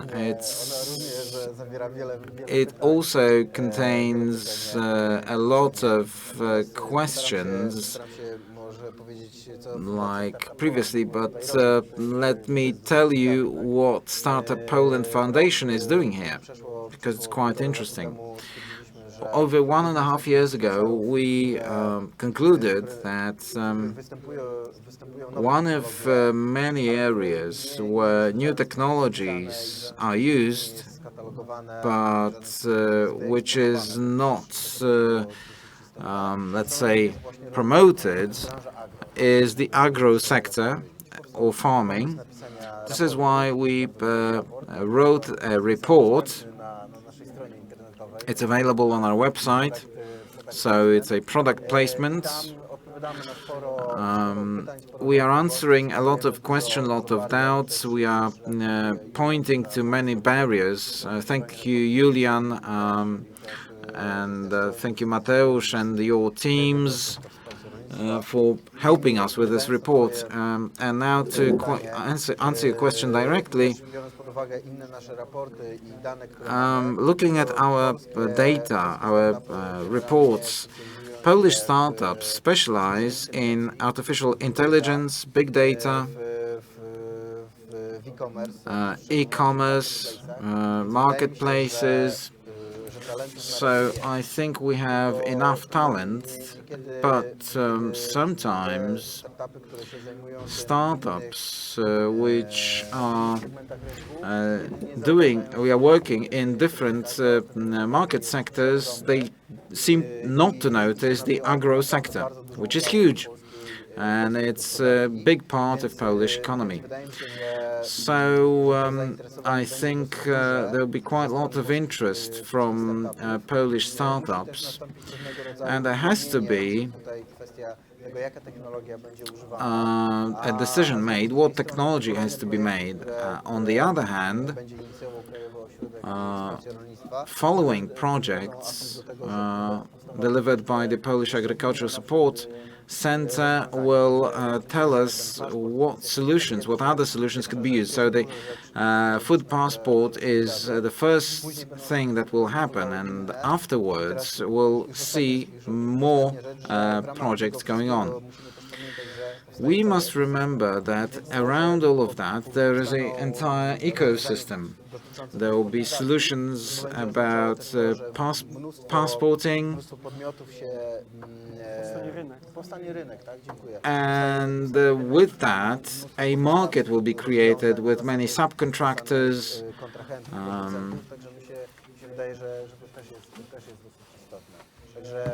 which is quite important as well, I believe. So I'm sure a lot of Polish startups will join this game. I will support your product placement now. I mean, this publication proves that there are many companies and technologies around agriculture, and our main principal goals were that the objective of passporting system built by the public administration is to get as much information from the administration as possible, so that the information load or value chain load is as little as possible. On the other hand, as we speak about defining technology for passporting, we want to make the technology transparent for agriculture. So the administration will get the data, but this data may originate from various points in the chain, and so the source of data can be various technologies. Passporting opens up many new gates. We are talking about cybersecurity, which is one of the important things, something everybody talks about, but let's talk about cooperation with fintech, with cooperation with banks. The possibility to process all the data, it's really important. People who are dealing with FMCG, last mile solutions, I mean, the amount of data which can be processed is huge. So this market will be opening up. There will be more and more people participating, and I hope this will also include Polish startups. I think this is already taking place in the European arena. The scientific research approach really allows for adapting these standards, these data models, and they will allow for communication, data sending, and this will be to the benefit of service providers.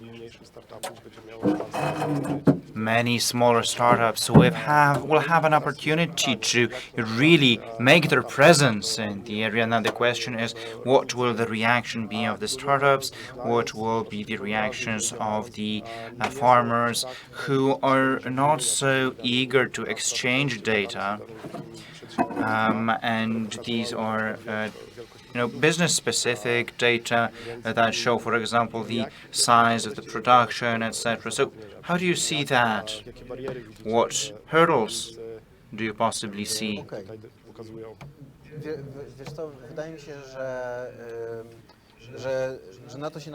Right, well, there's a series of other things overlapping. A lot of farmers in Poland are, people with university degrees who understand why certain things are being done, why we need to exchange certain data, etc. That's one thing. The other thing is that we are headed for a generational change in farming and smaller and bigger farming businesses. So I think that the issue of bottom-up approach in terms of data exchange is simply not there. And then, it's simply not possible to exist without showing that data, because at some point there are the customers, the consumers, and at one point they will expect to have that data, and that will translate into the whole supply chain. So I think that there are different possibilities in terms of which way this will go. We as a foundation, we don't have this clever hidden goal of, convincing somebody to doing things a certain way, with consumer expectation change in the form of transactions, changes will simply take place. Let me add on top of that, that at the stage of consulting this project with the Agriculture Support Agency, the data provided by the producers and processing businesses will be processed by us. The data will be processed by us, and the data seen by the consumer will be already processed. This is not going to be, at least this is what our discussions so far show with farmers, administration, and organizations, industry organizations. We're rather going towards showing processed data.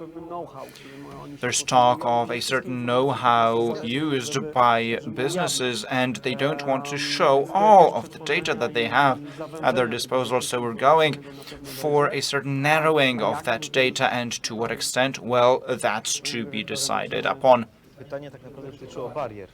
But the question was really about hurdles.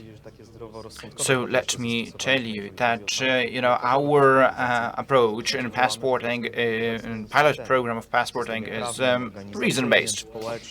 We operate within the current social and legal framework. Based on that framework, we're doing our best to generate a product, that is a product, whether it's for beef, pork, or potato,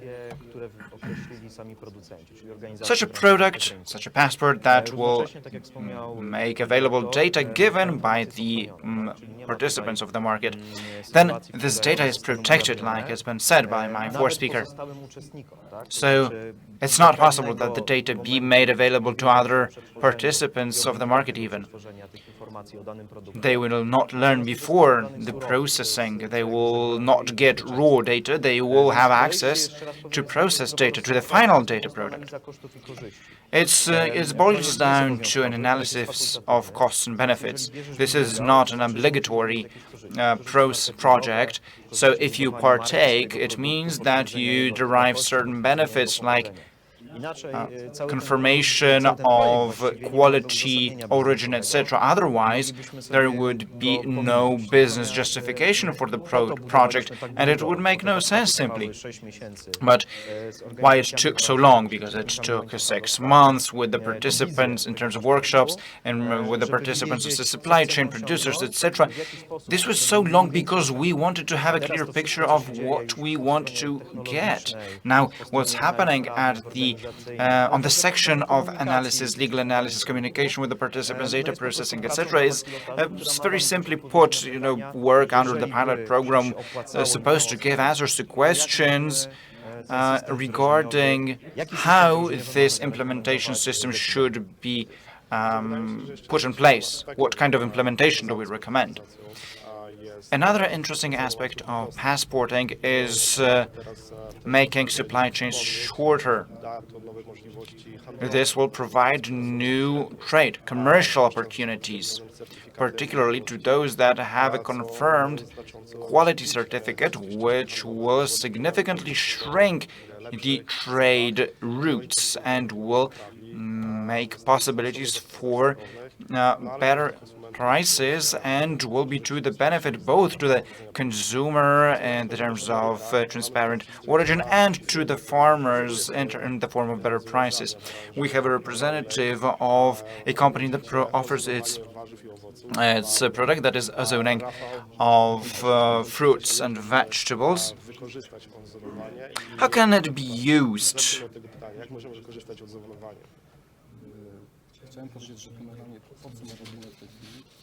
What we're currently doing is really under passporting, because the solution is already operational in different markets, in different industries. What is our goal? Well, our goal is reducing the amount of pesticides and chemicals in our products, because they impact our health and our environment.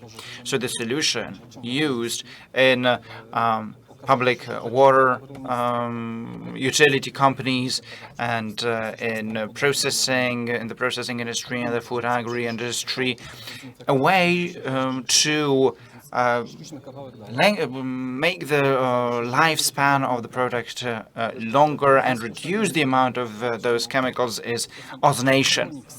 And it can be applied at the level of the production of the field. The farmer themselves can produce high ozone containing water with the same effect as a pesticide, and the cost of producing of a liter of such a solution is 1 grosz, 1/100th of a zloty, while the pesticide, the same amount of pesticide costs between 100 and 120 zlotys.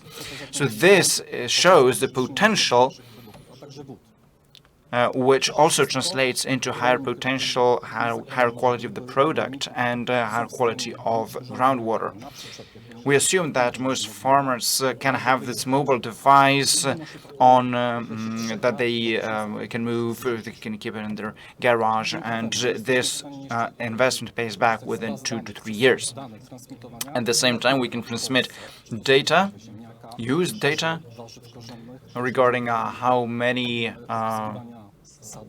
farms, production sites of beetroots and potatoes have been replaced with this ecological biological means instead of pesticides, and we are obliged until 2030 to reduce the amount of pesticides used by over 50% and increase ecological, biological plantations. Passporting, data collection from such devices that we have on offer will allow for demonstrating whether we are moving closer to achieving our goals, which is a strong marketing tool at the same time, because it shows that indeed in Poland, in Polish farms, plantations, we are reducing the amount of chemical products in our gardens, plantations, orchards, etc. This is what we are in the process of implementing. And parameters will be introduced in the passport of the product. And so what about farmers? Are they ready to use such new technologies? Are they open to this solution? Well, due to the hike in prices of chemical products and fertilizers, they are looking for new solutions. Either they have to use pesticides or look for a new solution, with one of these being this product allowing for generating their own product of plant protection, which is ecological and cheap. The same solution is used, for example, for disinfecting sidewalks, streets in cities, because it kills the COVID virus. The same goes for water, utility water that is disinfected with ozone, and big production facilities. So this is really just moving this solution to the agricultural industry. This is showing that this solution can be used in farming too. Well, it's an interesting solution. I don't think it's widely applied in Europe. No, this is strictly Polish. It's certified with Green EBO. It has a dozen prizes. There's this Eco-EBO certificate that shows that it's an ecological product. It's a Polish certification. Of course, testing such a solution takes dozens of years. We applied it in a number of applications, among others, and sterilization of antibiotics in sewage water, which is a unique solution. It's #1 application indeed worldwide. And we want it to be systemically to be implemented in agriculture in Poland, because it makes economic sense, it makes technical sense, and it's easy to operate for the farmer. At the same time, we can demonstrate the increase in the quality of the product. And the whole process of passporting can be completed in this way, with transparent data at the same time to be demonstrated in passports. Well, listening to all this, gives me the impression that passporting touches upon so many tech aspects, social aspects, and it has a high impact on digitization of farming. What's your take on it? Is it going to be the driving car for changing farmers' attitudes, and will it convince the farmers to introduce new solutions? Mr. Balcerowicz.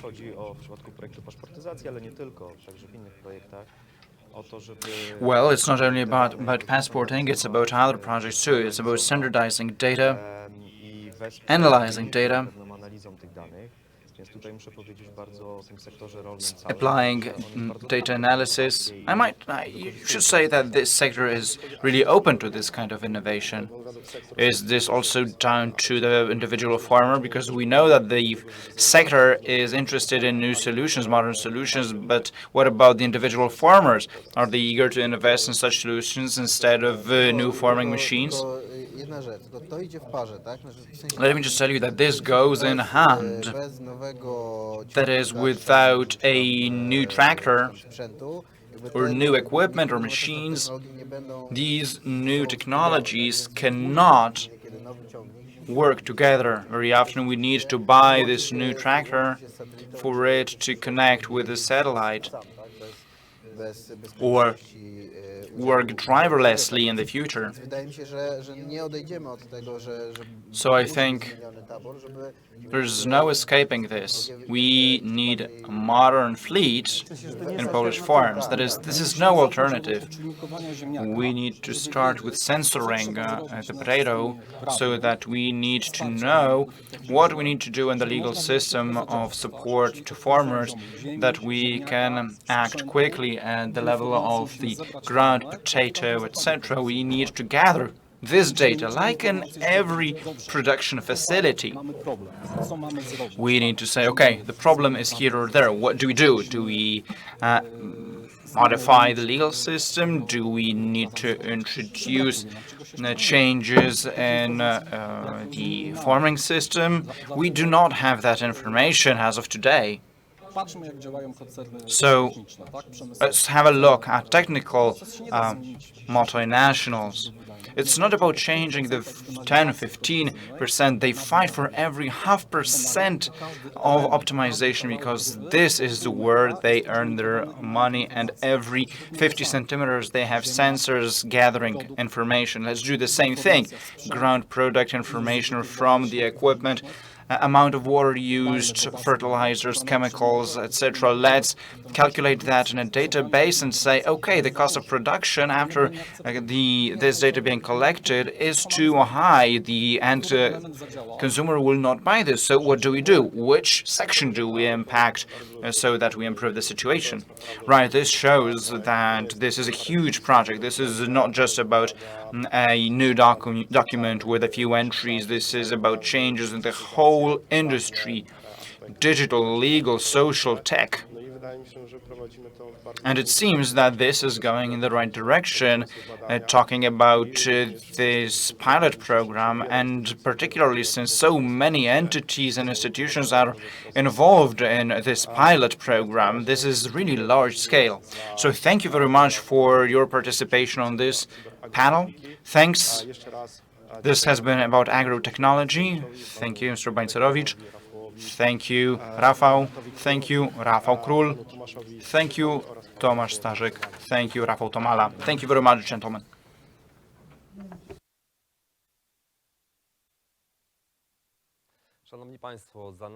Ladies and gentlemen, this has been very important, cyber agrotechnology. This is the future and the present already, I think. And ahead of us is the last panel, climate neutrality in agriculture, sustainable production. We're going towards ecology, but before we get there, let's watch a video about agricultural machines.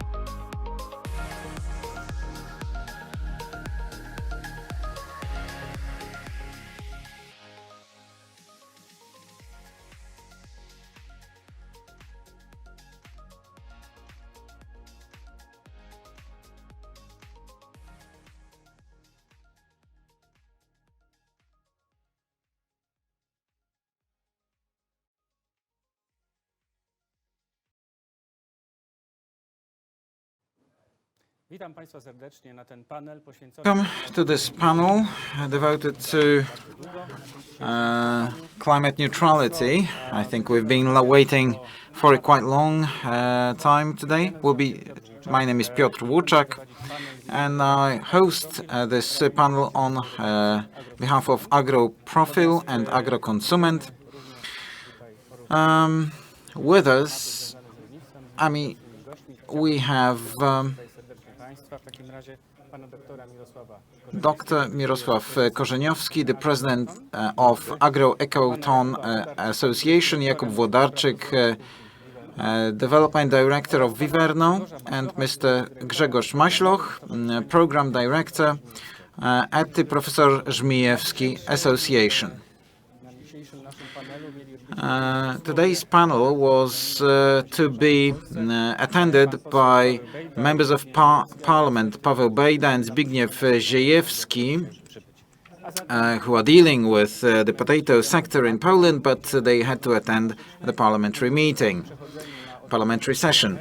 We are to discuss conversion to renewable sources, but today's superhero is potato. The first question goes to Dr. Mirosław Korzeniowski from Agro-Ecoton.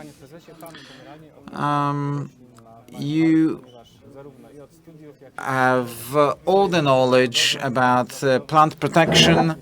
In your professional life, you've met all kinds of solutions. So what are the advantages of Polish potato production compared to those markets that you've got to know from the Netherlands to Russia?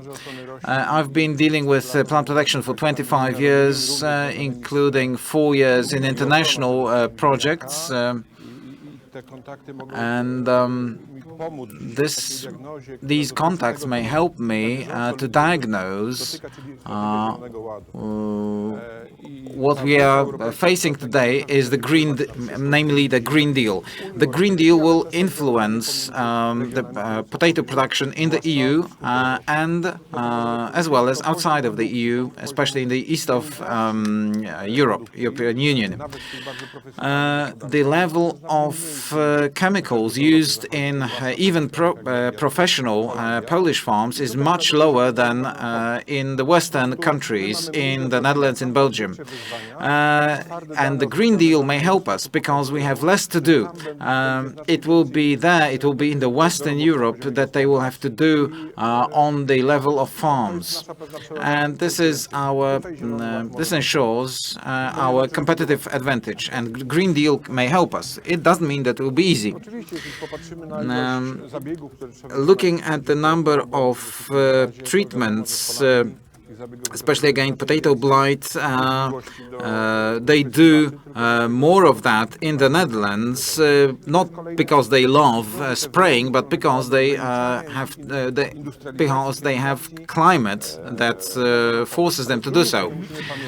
On the other hand, we must remember that we have an area of the world, Belarus, Ukraine, Russia, where they've made huge investments in huge professional farms, and we will no longer be able to sell potatoes in this direction like we used to be able to at the end of the 20th century. The question is, will we be importing potatoes from there? Another question regarding the Green Deal. Potato production will have to be ecological or organic. So there will have to be we will have to move away from chemicals. Well, I'm an agroecologist by education, but we need to ensure balance. We know from the Netherlands that organic potato production is about 2% of the entire volume, and the climate for them is the limiting factor. In Poland, it might be a few percent more, but the strategy of common agricultural policy and the national strategies assume that it will be about 7% of all agricultural production. So over 90% will be a type of production that will evolve from conventional production to sustainable production. And I think participants of today's conference already do sustainable production. So it's about going towards sustainable production rather than organic production, certified organic production. Of course, we must discuss energy as well. I'd like to address Mr. Włodarczyk, who is a development director at Viverno. You're experienced in energy transformation and in energy efficiency. Please tell us what growers should expect over the next few years in terms of energy transformation. My company is dealing with energy transformation in companies. If you talk about energy transformation, you must not forget about energy efficiency. Energy efficiency is above all. The cheapest energy is the one that we don't use. Looking at potato processing, there is a number of energy-intensive processes that can be very often optimized. Starting from the field where the energy consumption is quite small in farms, but also in farms we may do some projects that will optimize use of energy, like LED lighting, potato grading, potato storage. Moving on to processes, quite a lot of electricity is used for processing, for cold storage. Quite a lot of heat is used in the processing, in production of final products from potatoes. We may look for optimization in terms of heat generation, cogeneration, better controlling equipment, automation, reducing heat losses by using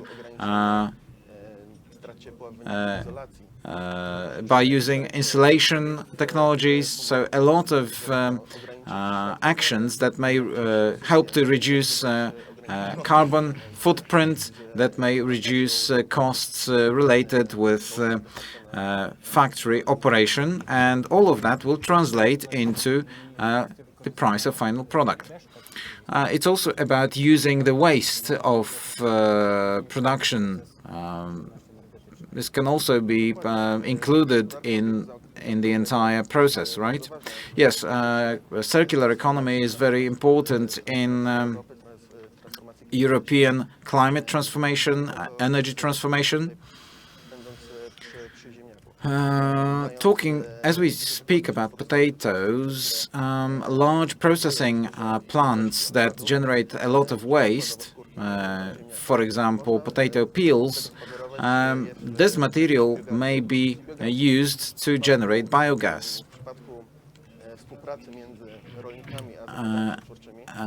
Farmers, in cooperation with processors, may generate ecological heat, energy, and organic fertilizer to be used by farmers. Let me ask about one more thing. Decarbonization is a hot topic. How would decarbonization work in a processing industry? Because we are talking about reducing the amount of CO2 in the final product. So how does your company handle decarbonization in the entire production process? Decarbonization in the food industry is very important. The food industry is responsible for 1/3 of emissions in the European Union.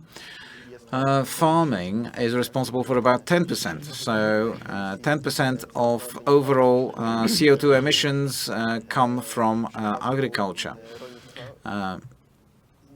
The main emission factor in farming is soil in terms of nitrogen compounds. So fertilization is also important. Yes, on the other hand, well, everybody wants to have the pork chop with potatoes, so we need to balance it out, right?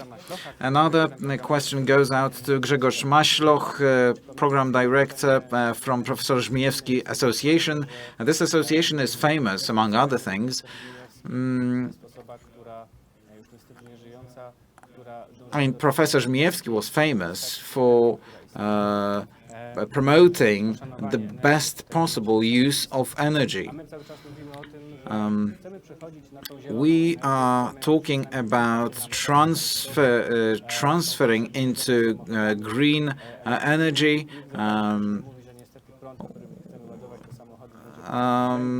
People are trying to put us in electric cars. Nobody seems to be willing to talk about the origin of of electricity to charge those electric cars, which comes from coal. So what are the barriers to renewable energy in rural areas and in Poland in general? If you talk about electricity and heat, this is a hot topic indeed. Renewable energy, we are on a breakthrough period because as we speak with our partners, they are more and more interested in renewable energy.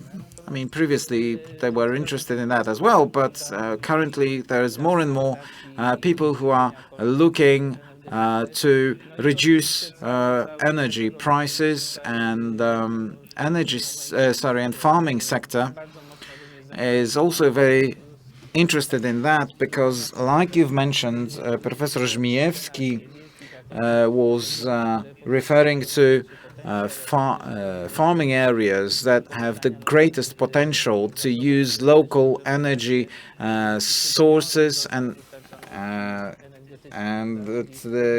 he said that they should produce energy not to sell it, but to use this energy for their own needs. If we act as prosumers, the price of energy doesn't play a role, any role for us. Talking about barriers, it's regulation, and regulatory barriers can be looked at from various angles. Number one, the law is unstable, and I don't want to assess the changes that happen, whether they're good or bad, but any change is a disturbance, like, for example, the recent change in the functioning of prosumers. Another issue regarding regulation is that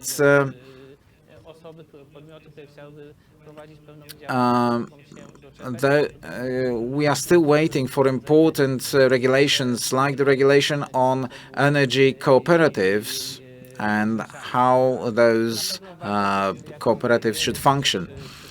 Another barrier is the need to create local leaders that will carry the burden or the risk of starting local transformations. We can see that I mean, there's not a lot of experience in that, but there are some good cases in Poland already now. So if there's a leader, if we get a leader, if he takes the risk, he there are very quickly people who follow in his footsteps. And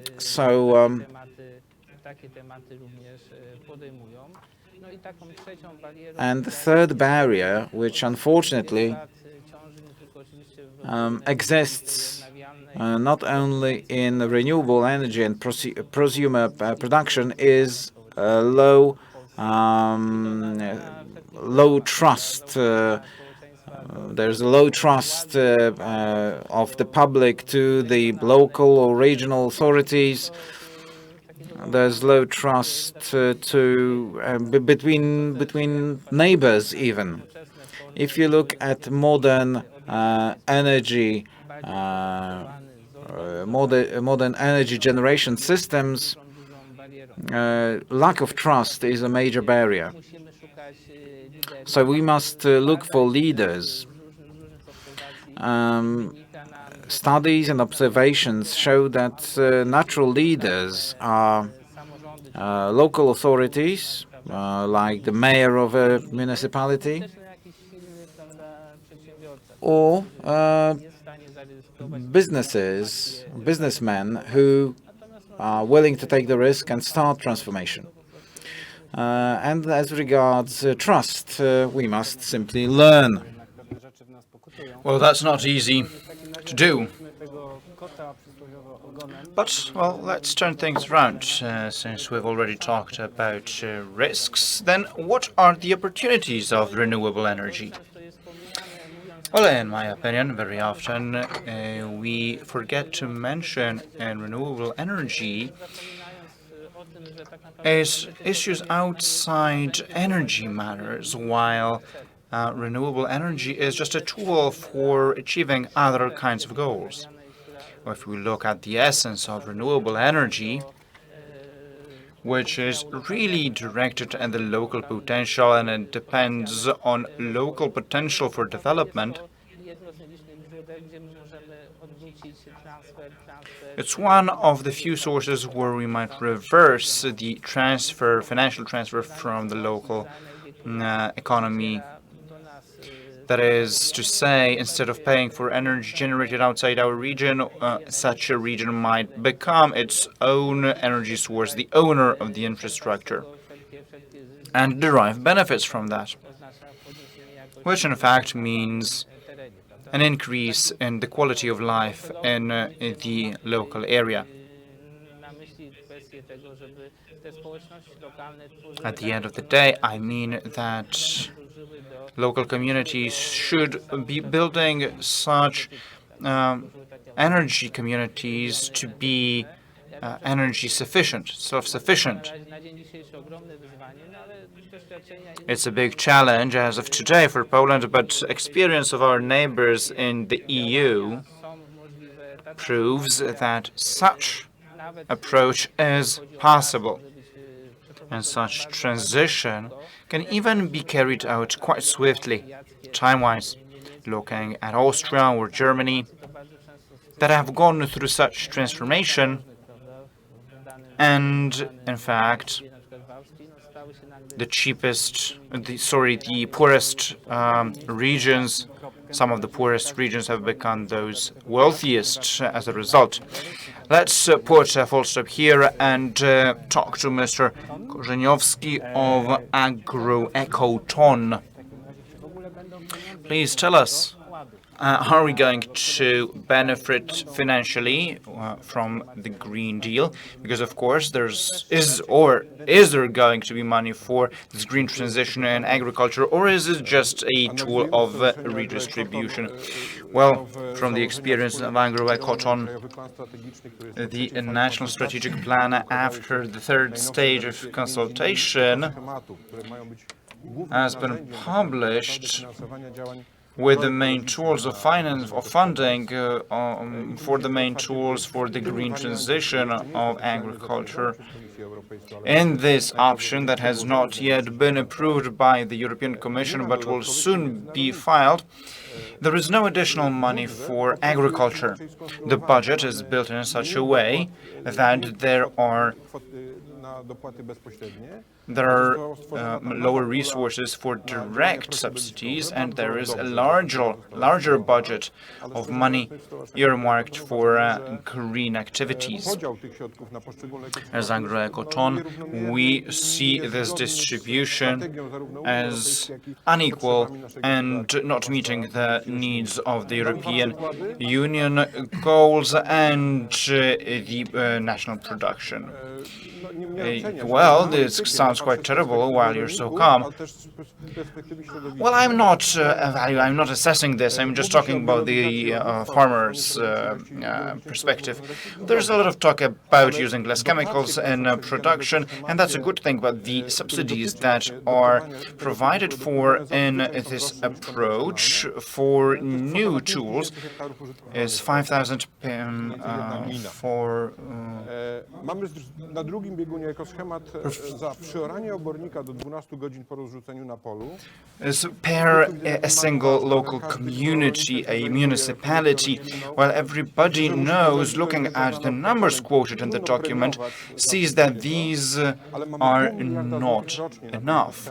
We have $500 million annually for this, while this is just a redistribution. This is not enough to support, to promote integrated production or activities in terms of pro-ecological production, not necessarily certified ecological production, because in the case of the potato, this is going to probably be a market niche, while pro-ecological activities should be promoted both from the point of view of the environment, the consumer, and the farmer that has to care for his farm. I hope that this will be modified, because we're talking huge money being discussed in Poland, how they are going to be spent, and this is not imposed by Brussels. This is agreed upon at the national level, and it all depends on potato planters, how it will be constructed and what the money will be spent on. Jakub Włodarczyk of Iverno, a question for you. Since there's a lot of talk about decarbonization, producers of fries, chips, might want to charge the cost of transformation to the producers of the raw product, the primary product. Or are there any tools for supporting the whole supply chain and spreading the costs along the supply chain? Thank you for the question. In terms of carbon footprint of the product, currently we are seeing a tendency to analyze the carbon footprint along the whole value chain, and there are ever more queries to that respect. This covers both the production and the processing and the impact of the whole chain on the environment. All the components will, at the end of the day, be analyzed, and optimizations will be looked for so that the end product has the lowest possible impact on the environment. Talking about potatoes, I haven't seen an analysis for Poland of emissions of CO2 per kilo of potatoes from the farm, from leaving the farm, but I have seen such analyses in different countries. It might be worthwhile checking the carbon footprint of the Polish potato compared to other countries, since we might have an advantage there, which we might not be aware of yet at this point, which might allow for getting better results, better an upper hand in negotiation with the receivers of the product. So we should not be afraid of decarbonization. We should rather be using the process in order to prove that our product is so environment friendly that we can flood other markets with that produce, not only the internal market, but also the foreign markets. Decarbonization, from our point of view, is a huge opportunity. One should prepare for decarbonization, analyze one's advantages, and catch up wherever we are at a disadvantage to reduce our risks. So analyses should be carried out in terms of our competitiveness, in terms of the carbon footprint compared to other countries, in particular products. Then strategic activities should be thought through, allowing for achieving very good results at a European or international scale. Both you and Mr. Maśloch mentioned local leaders that we are in need of. Could you quote such good examples, role models of national or foreign local leaders impacting the producers of the initial product? Well, in terms of a good example that is very recognizable worldwide of energy transition that was successful is the Blusing region in Austria, one of the poorest municipalities in Austria that went through an energy transition based on renewable energy sources.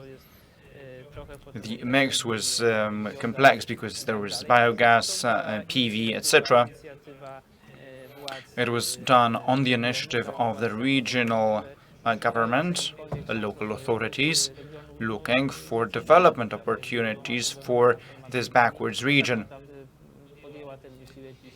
They made the effort and went for the entire transition. Now they have become one of the wealthiest municipalities in Austria. They receive whole groups of tourists, outside experts. Tourism has been thriving, and this is a source of income for the whole local community. In Poland, such local leaders are also present. Maybe not to such a large extent, but that cluster has such an example with a strong personality of the head of the institution that has brought about huge investments in photovoltaics. So the transition is taking place. Right, I think this is a topic for a longer conversation, but I think that at this point we should be wrapping up. So just a brief sentence of summary. Climate neutrality, RES, should we be afraid or not? Well, we have no other solution. We have to go for it. We can passively watch or actively partake. Like with fertilizing and other issues in agriculture, I think that the process is already rolling. The process is advanced, and we have room for getting an upper hand, an advantage, by going for environmentally friendly solutions, friendly for the earth where potatoes grow. Jakub Włodarczyk. Well, I think it's worth stressing that decarbonization is also an opportunity above all to promote produce, to build a stronger brand, and to build a competitive economy internationally. Hard times and challenges are bad for most, but they are good for those who know what to do at the right time in the right place. That's the best time for them. I hope this is going to be the best time for you, and that we will find ways to use the opportunities ahead of us. Let's be positive.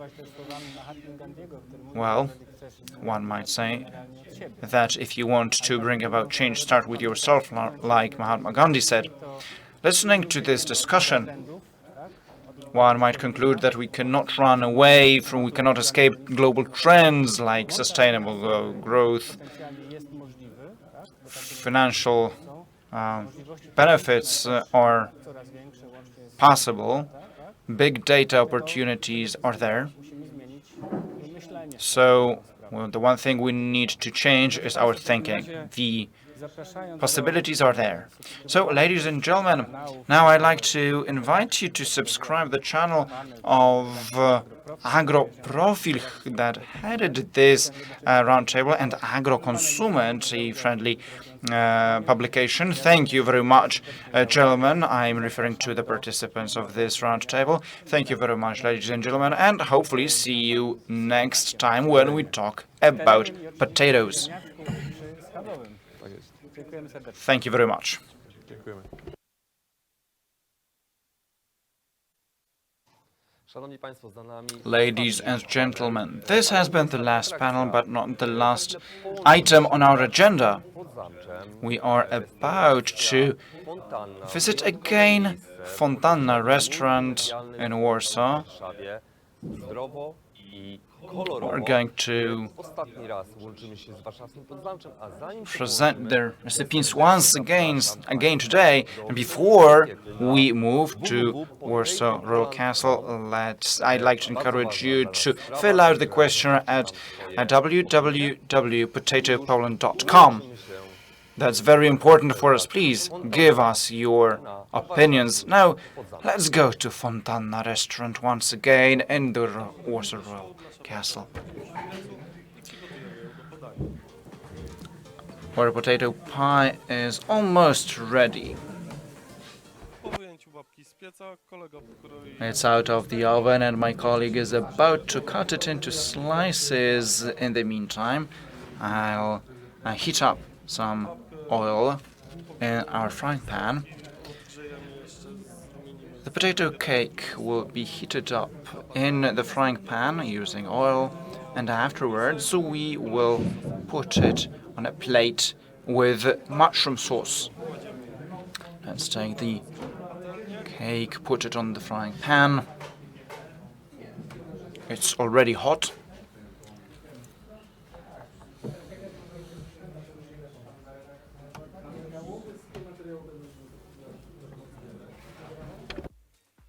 w międzyczasie mieszamy w sosie grzybowym.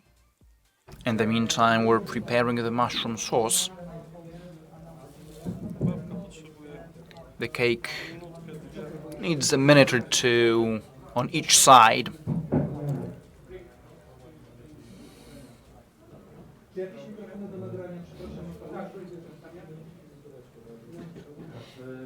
następnie przekładamy Next, let's have the other side.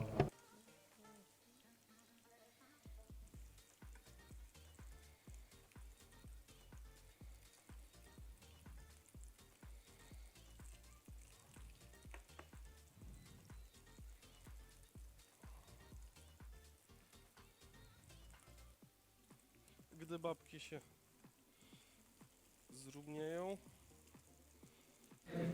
It seems nice and ready. możemy je wkładać w misek. Let's put it on a plate.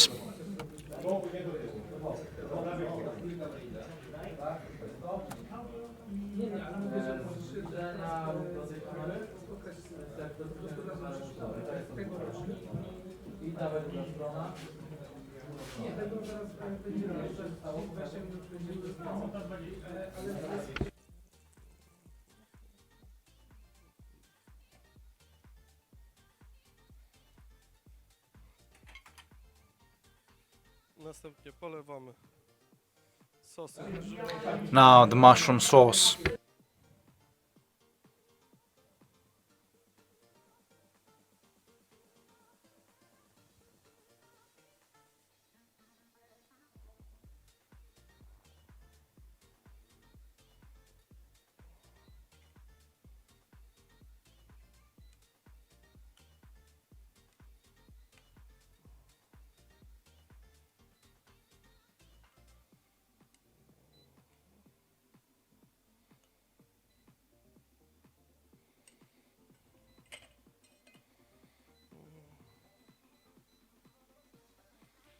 Dekorujemy.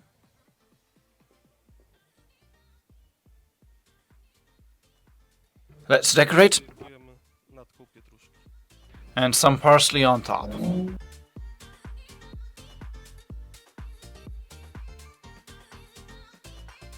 I od nas to wszystko. Dziękujemy Państwu za uwagę. That's all on our part. Thank you very much for your attention. Szanowni Państwo, zbliżamy się Ladies and gentlemen, we are about to complete Potato Poland Congress 2022, but it's only the beginning of 2022. We are about to connect to Liam Glennon, the president of Irish Potato Association, and we'll also connect to Berta Redondo, Secretary General of Europatat, who will tell us about the Patat Congress in Dublin 2022, and before that we'll see a short video from Ireland.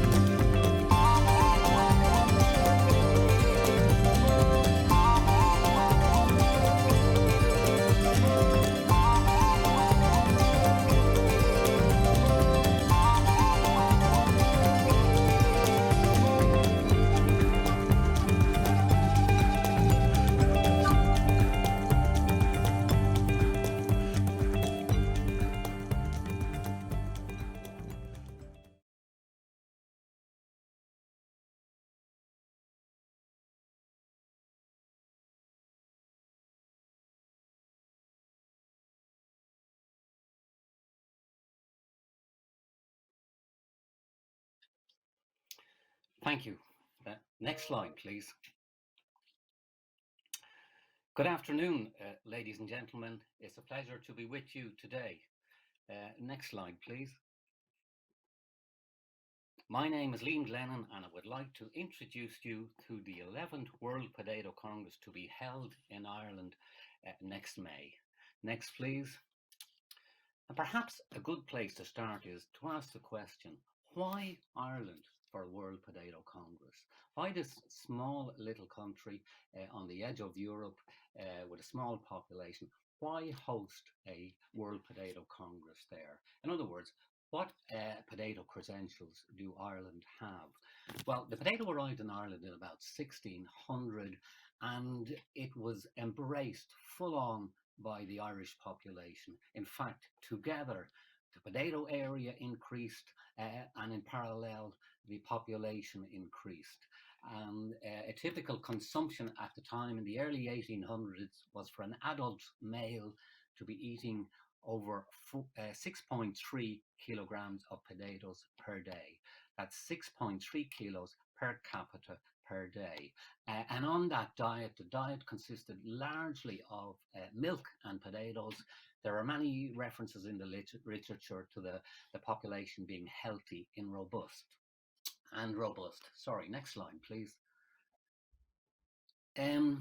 Most people will have heard of the Great Irish Potato Famine. As I said, in parallel with the increase in area of the potatoes grown, the population increased, so that in the early 1840s, the population of Ireland was over 8 million. And of course, you had virtually the whole population of Ireland relying on wooden food source, which was of course the potato. And when a disaster struck in the form of Phytophthora infestans, the infamous potato blight in 1845. The 7 years, 1845 to 1852, a period of great famine in Ireland. The blight, the Phytophthora infestans, attacked the potatoes viciously, causing a cataclysmic effect for Ireland. Within those 7 years, 1 million people died, 1 million emigrated, and over the next generation or so, another 2 million left the country because there was no support systems in place. Next slide, please. In fact, the famine really accelerated this phenomenon of emigration, principally to countries like the US, Canada, North America, Australia, New Zealand, and of course the United Kingdom. In fact, there have been in total so far 46 US presidents, and half of those can claim Irish ancestry. In fact, the current president of the United States has Irish ancestry on both his maternal and his paternal side. Next, please. So that's a little bit about our history, but to come to today and the World Potato Congress event itself, the Congress theme is the changing world of the potato. And my goodness, we all know how much the world has changed in the last 2 years. Next, please. At the event itself, we have over 60 speakers from 20 different countries. There you see some of our plenary speakers, from the director of the FAO, Food and Agricultural Organization, speaker from the UK, Ireland, the US, Canada, and so on. But it's being a global event, there will be a global speaking panel, and the world will be well and truly represented. Next, please. The key Congress topics are, first of all, business, health and nutrition, sustainability, innovation, and development. Next, please. Under business, we'll be looking at rising costs, and I heard it referred to there in some panel discussions. I mean, fertilizers, fuel, electricity, cardboard, plastic, labor, trucks, containers, you name it, all these inputs are rising in cost. So where's this going? When is it going to stop? And even, is it going to stop? Well, perhaps if you come to the World Potato Congress in Dublin, you may just find out. You may get a good lead on it. We'll also, of course, under business, be looking at the growth, where the growth is, where the opportunities are, what are the consumer trends, not just in the potato business, but generally in the background food business. Where's the food? Is consumption falling? If so, why? And what can we do about it?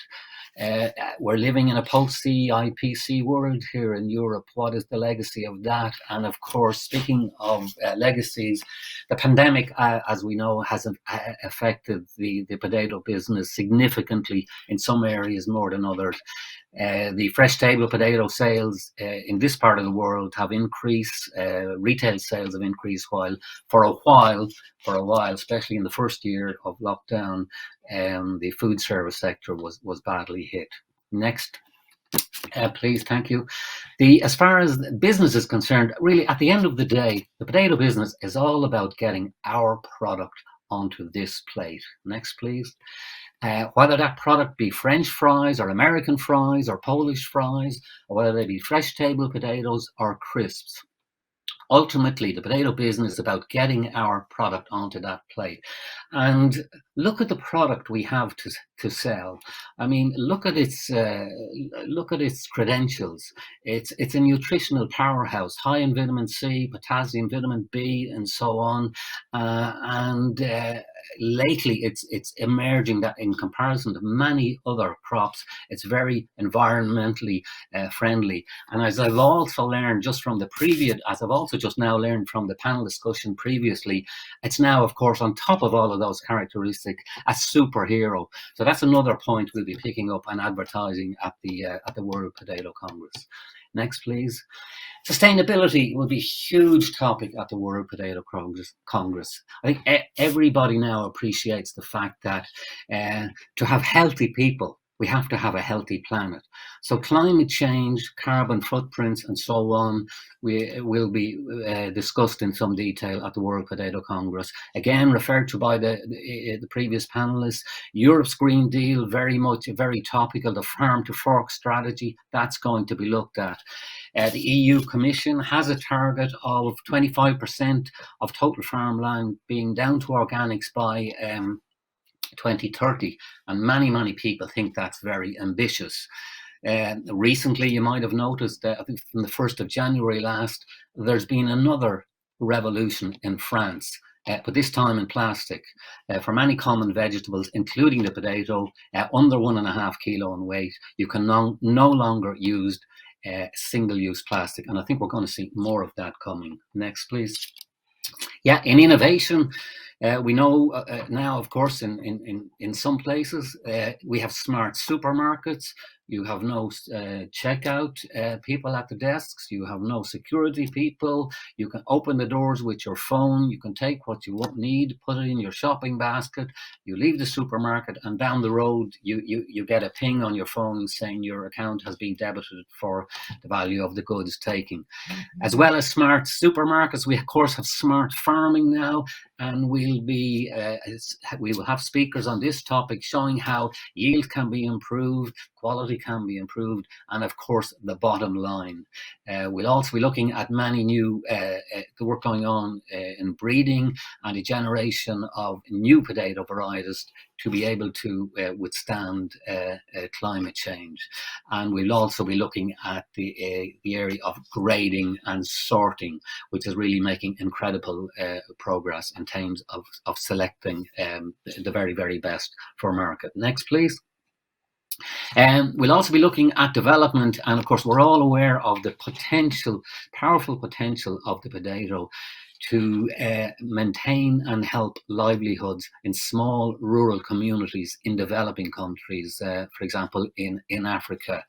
And we will have speakers who are involved in potato projects in developing countries, and who will be showing the delegates the potential of the potato to do an awful lot of good in this area.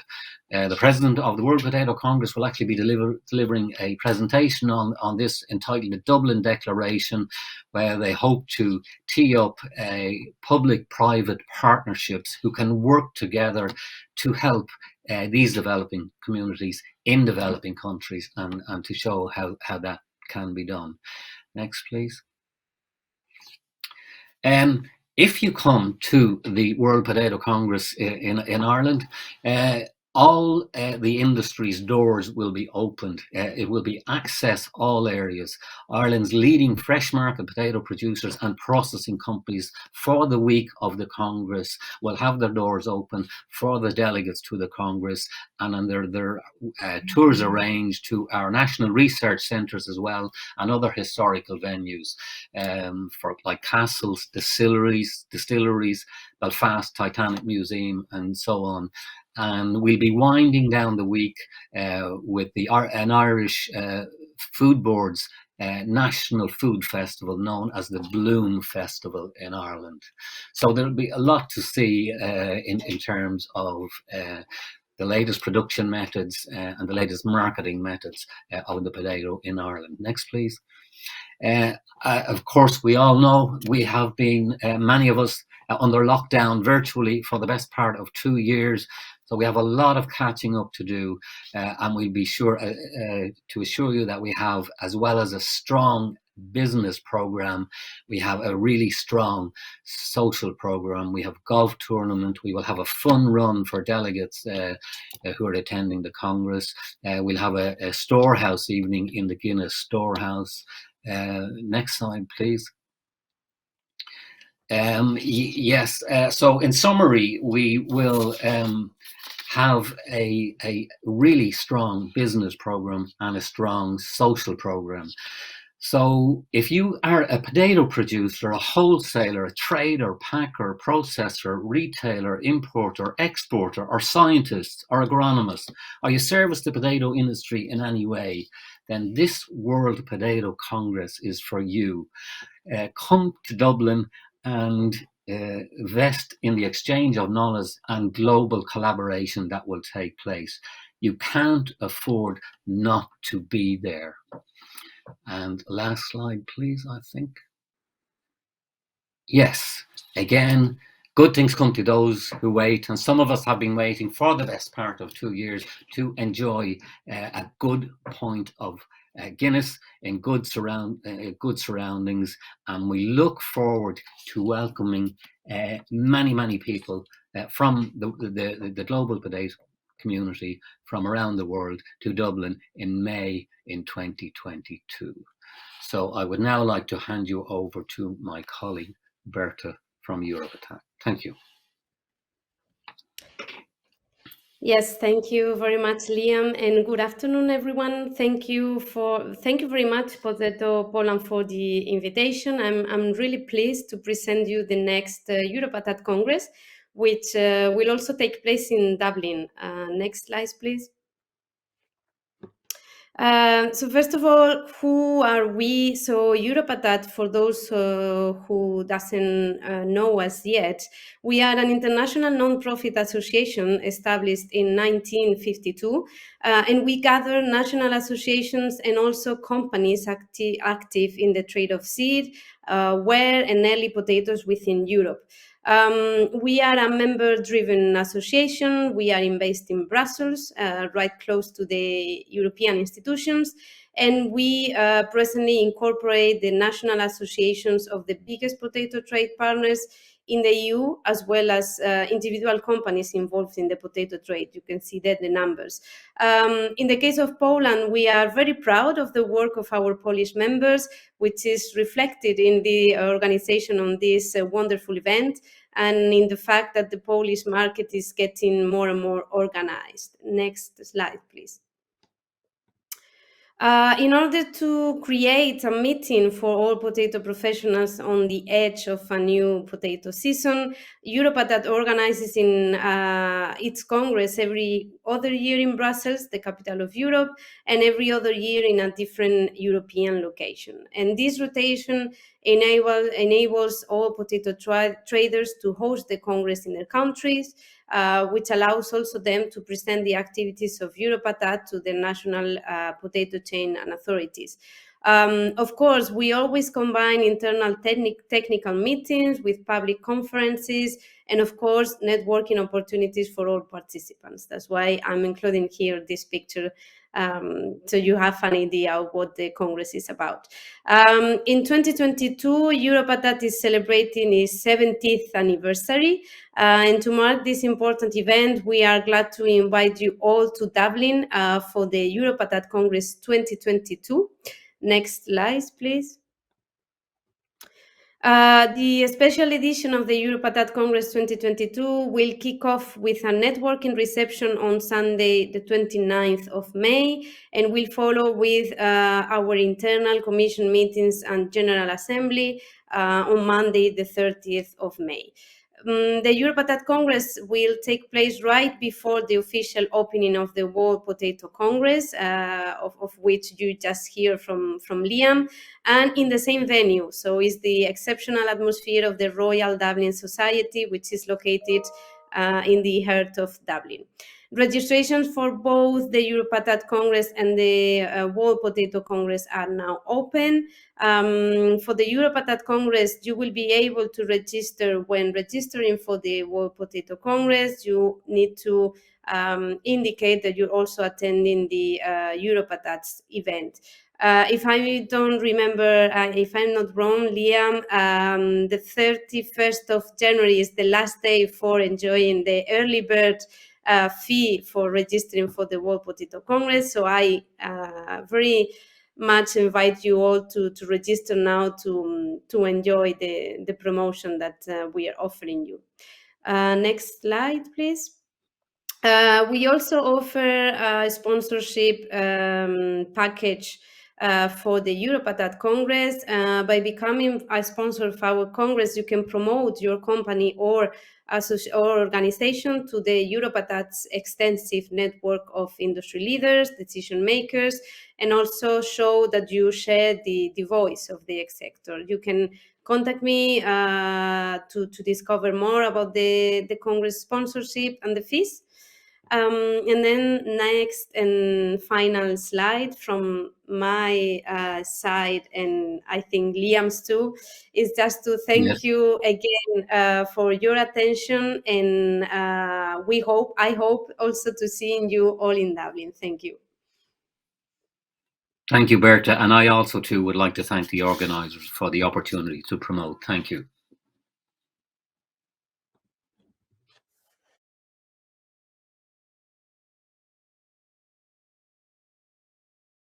What's going to happen in Ireland. And now let's go back to our domestic playground and Potato Fair 2022, Potato Poland 2022, and 20th Days of the Potato. In a minute, Mr. Bienkowski, head of the Polish Potato Federation, will present the organizers of the Potato Poland 2022 fair. But before that happens, let's see the 2021 edition.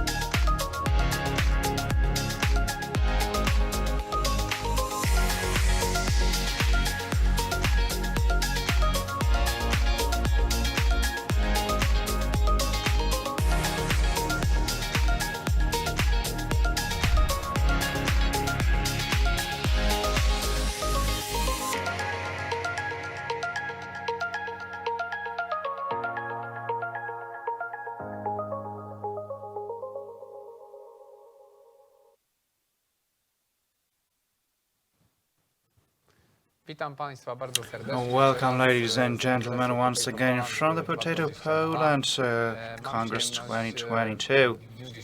It is my pleasure today to announce, together with engineer Marcin Michał Rokicki, PhD, the place and host of Potato Poland 2022, the 29th National Potato Days. Also, the host is with us, Wiktor Scheiner.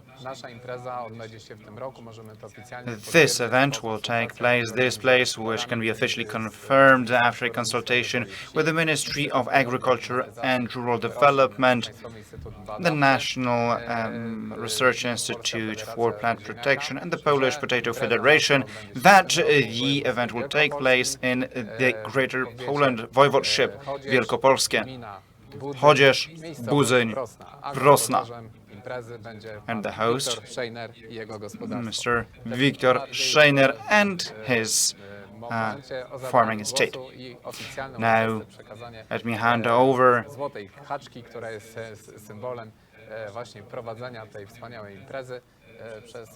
to Mr. Rokicki. Thank you, Tomasz. Ladies and gentlemen, like Tomasz said, it is my pleasure to invite you warmly to the 29th National Potato Days event that will take place in Greater Poland, in a region close, dear to my heart, because I'm originally from Poznań, as representative of the National Research Institute with the Ministry of Agriculture and Rural Development and the Polish Potato Federation. It is my pleasure to invite you to this event that will take place between the 19th and 21st of August this year at Victor's. It is now my pleasure to hand over this symbol of the potato fair to Victor, the stool very well known to our forefathers. This tool is now replaced by modern technologies that also require a lot of gold to be bought, but technology is quite different. At this fair, you will have the opportunity to meet representatives of Polish and foreign breeding companies, as well as come to know the newest technology in agricultural equipment, as well as fertilizer producers, plant protection producers. Like the video showed you a minute ago, you will see shows presented, the newest versions of cutting-edge equipment, culinary presentations. It will be an opportunity to see experimental fields of potatoes with all kinds of varieties available in the market, as well as niche varieties with rich history and genetic heritage. There are valuable products offered in the market nowadays.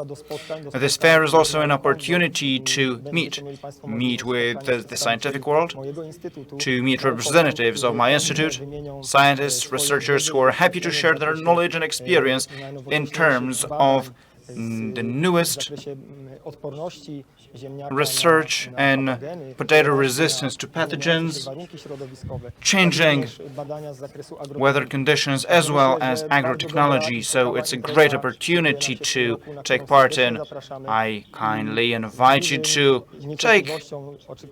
participate. It is our pleasure to host you in Wielkopolska and Greater Poland at Victor's.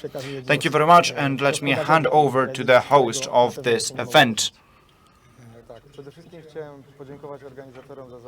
It is my pleasure to host this event. Thank you very much for the organizers' trust. I encourage everybody to visit me in Wielkopolska and Greater Poland. It's a great opportunity. Thank you very much.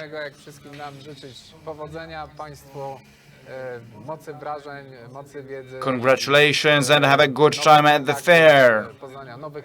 I wish establishing new contacts, coming to know new technology and discover even new aspects of the potato. Let's meet again between the 19th and 21st of August at the Scheuner farm. Please join us, and thank you very much for this official announcement. Thank you for accepting our invitation. Thank you, dear Director, for another year of the Polish Federation, Potato Federation, that has integrated us on many fronts, both nationally and internationally. And I am happy to once again co-organize this wonderful event. Thank you very much, gentlemen, and see you in Proszno. Thank you, and see you.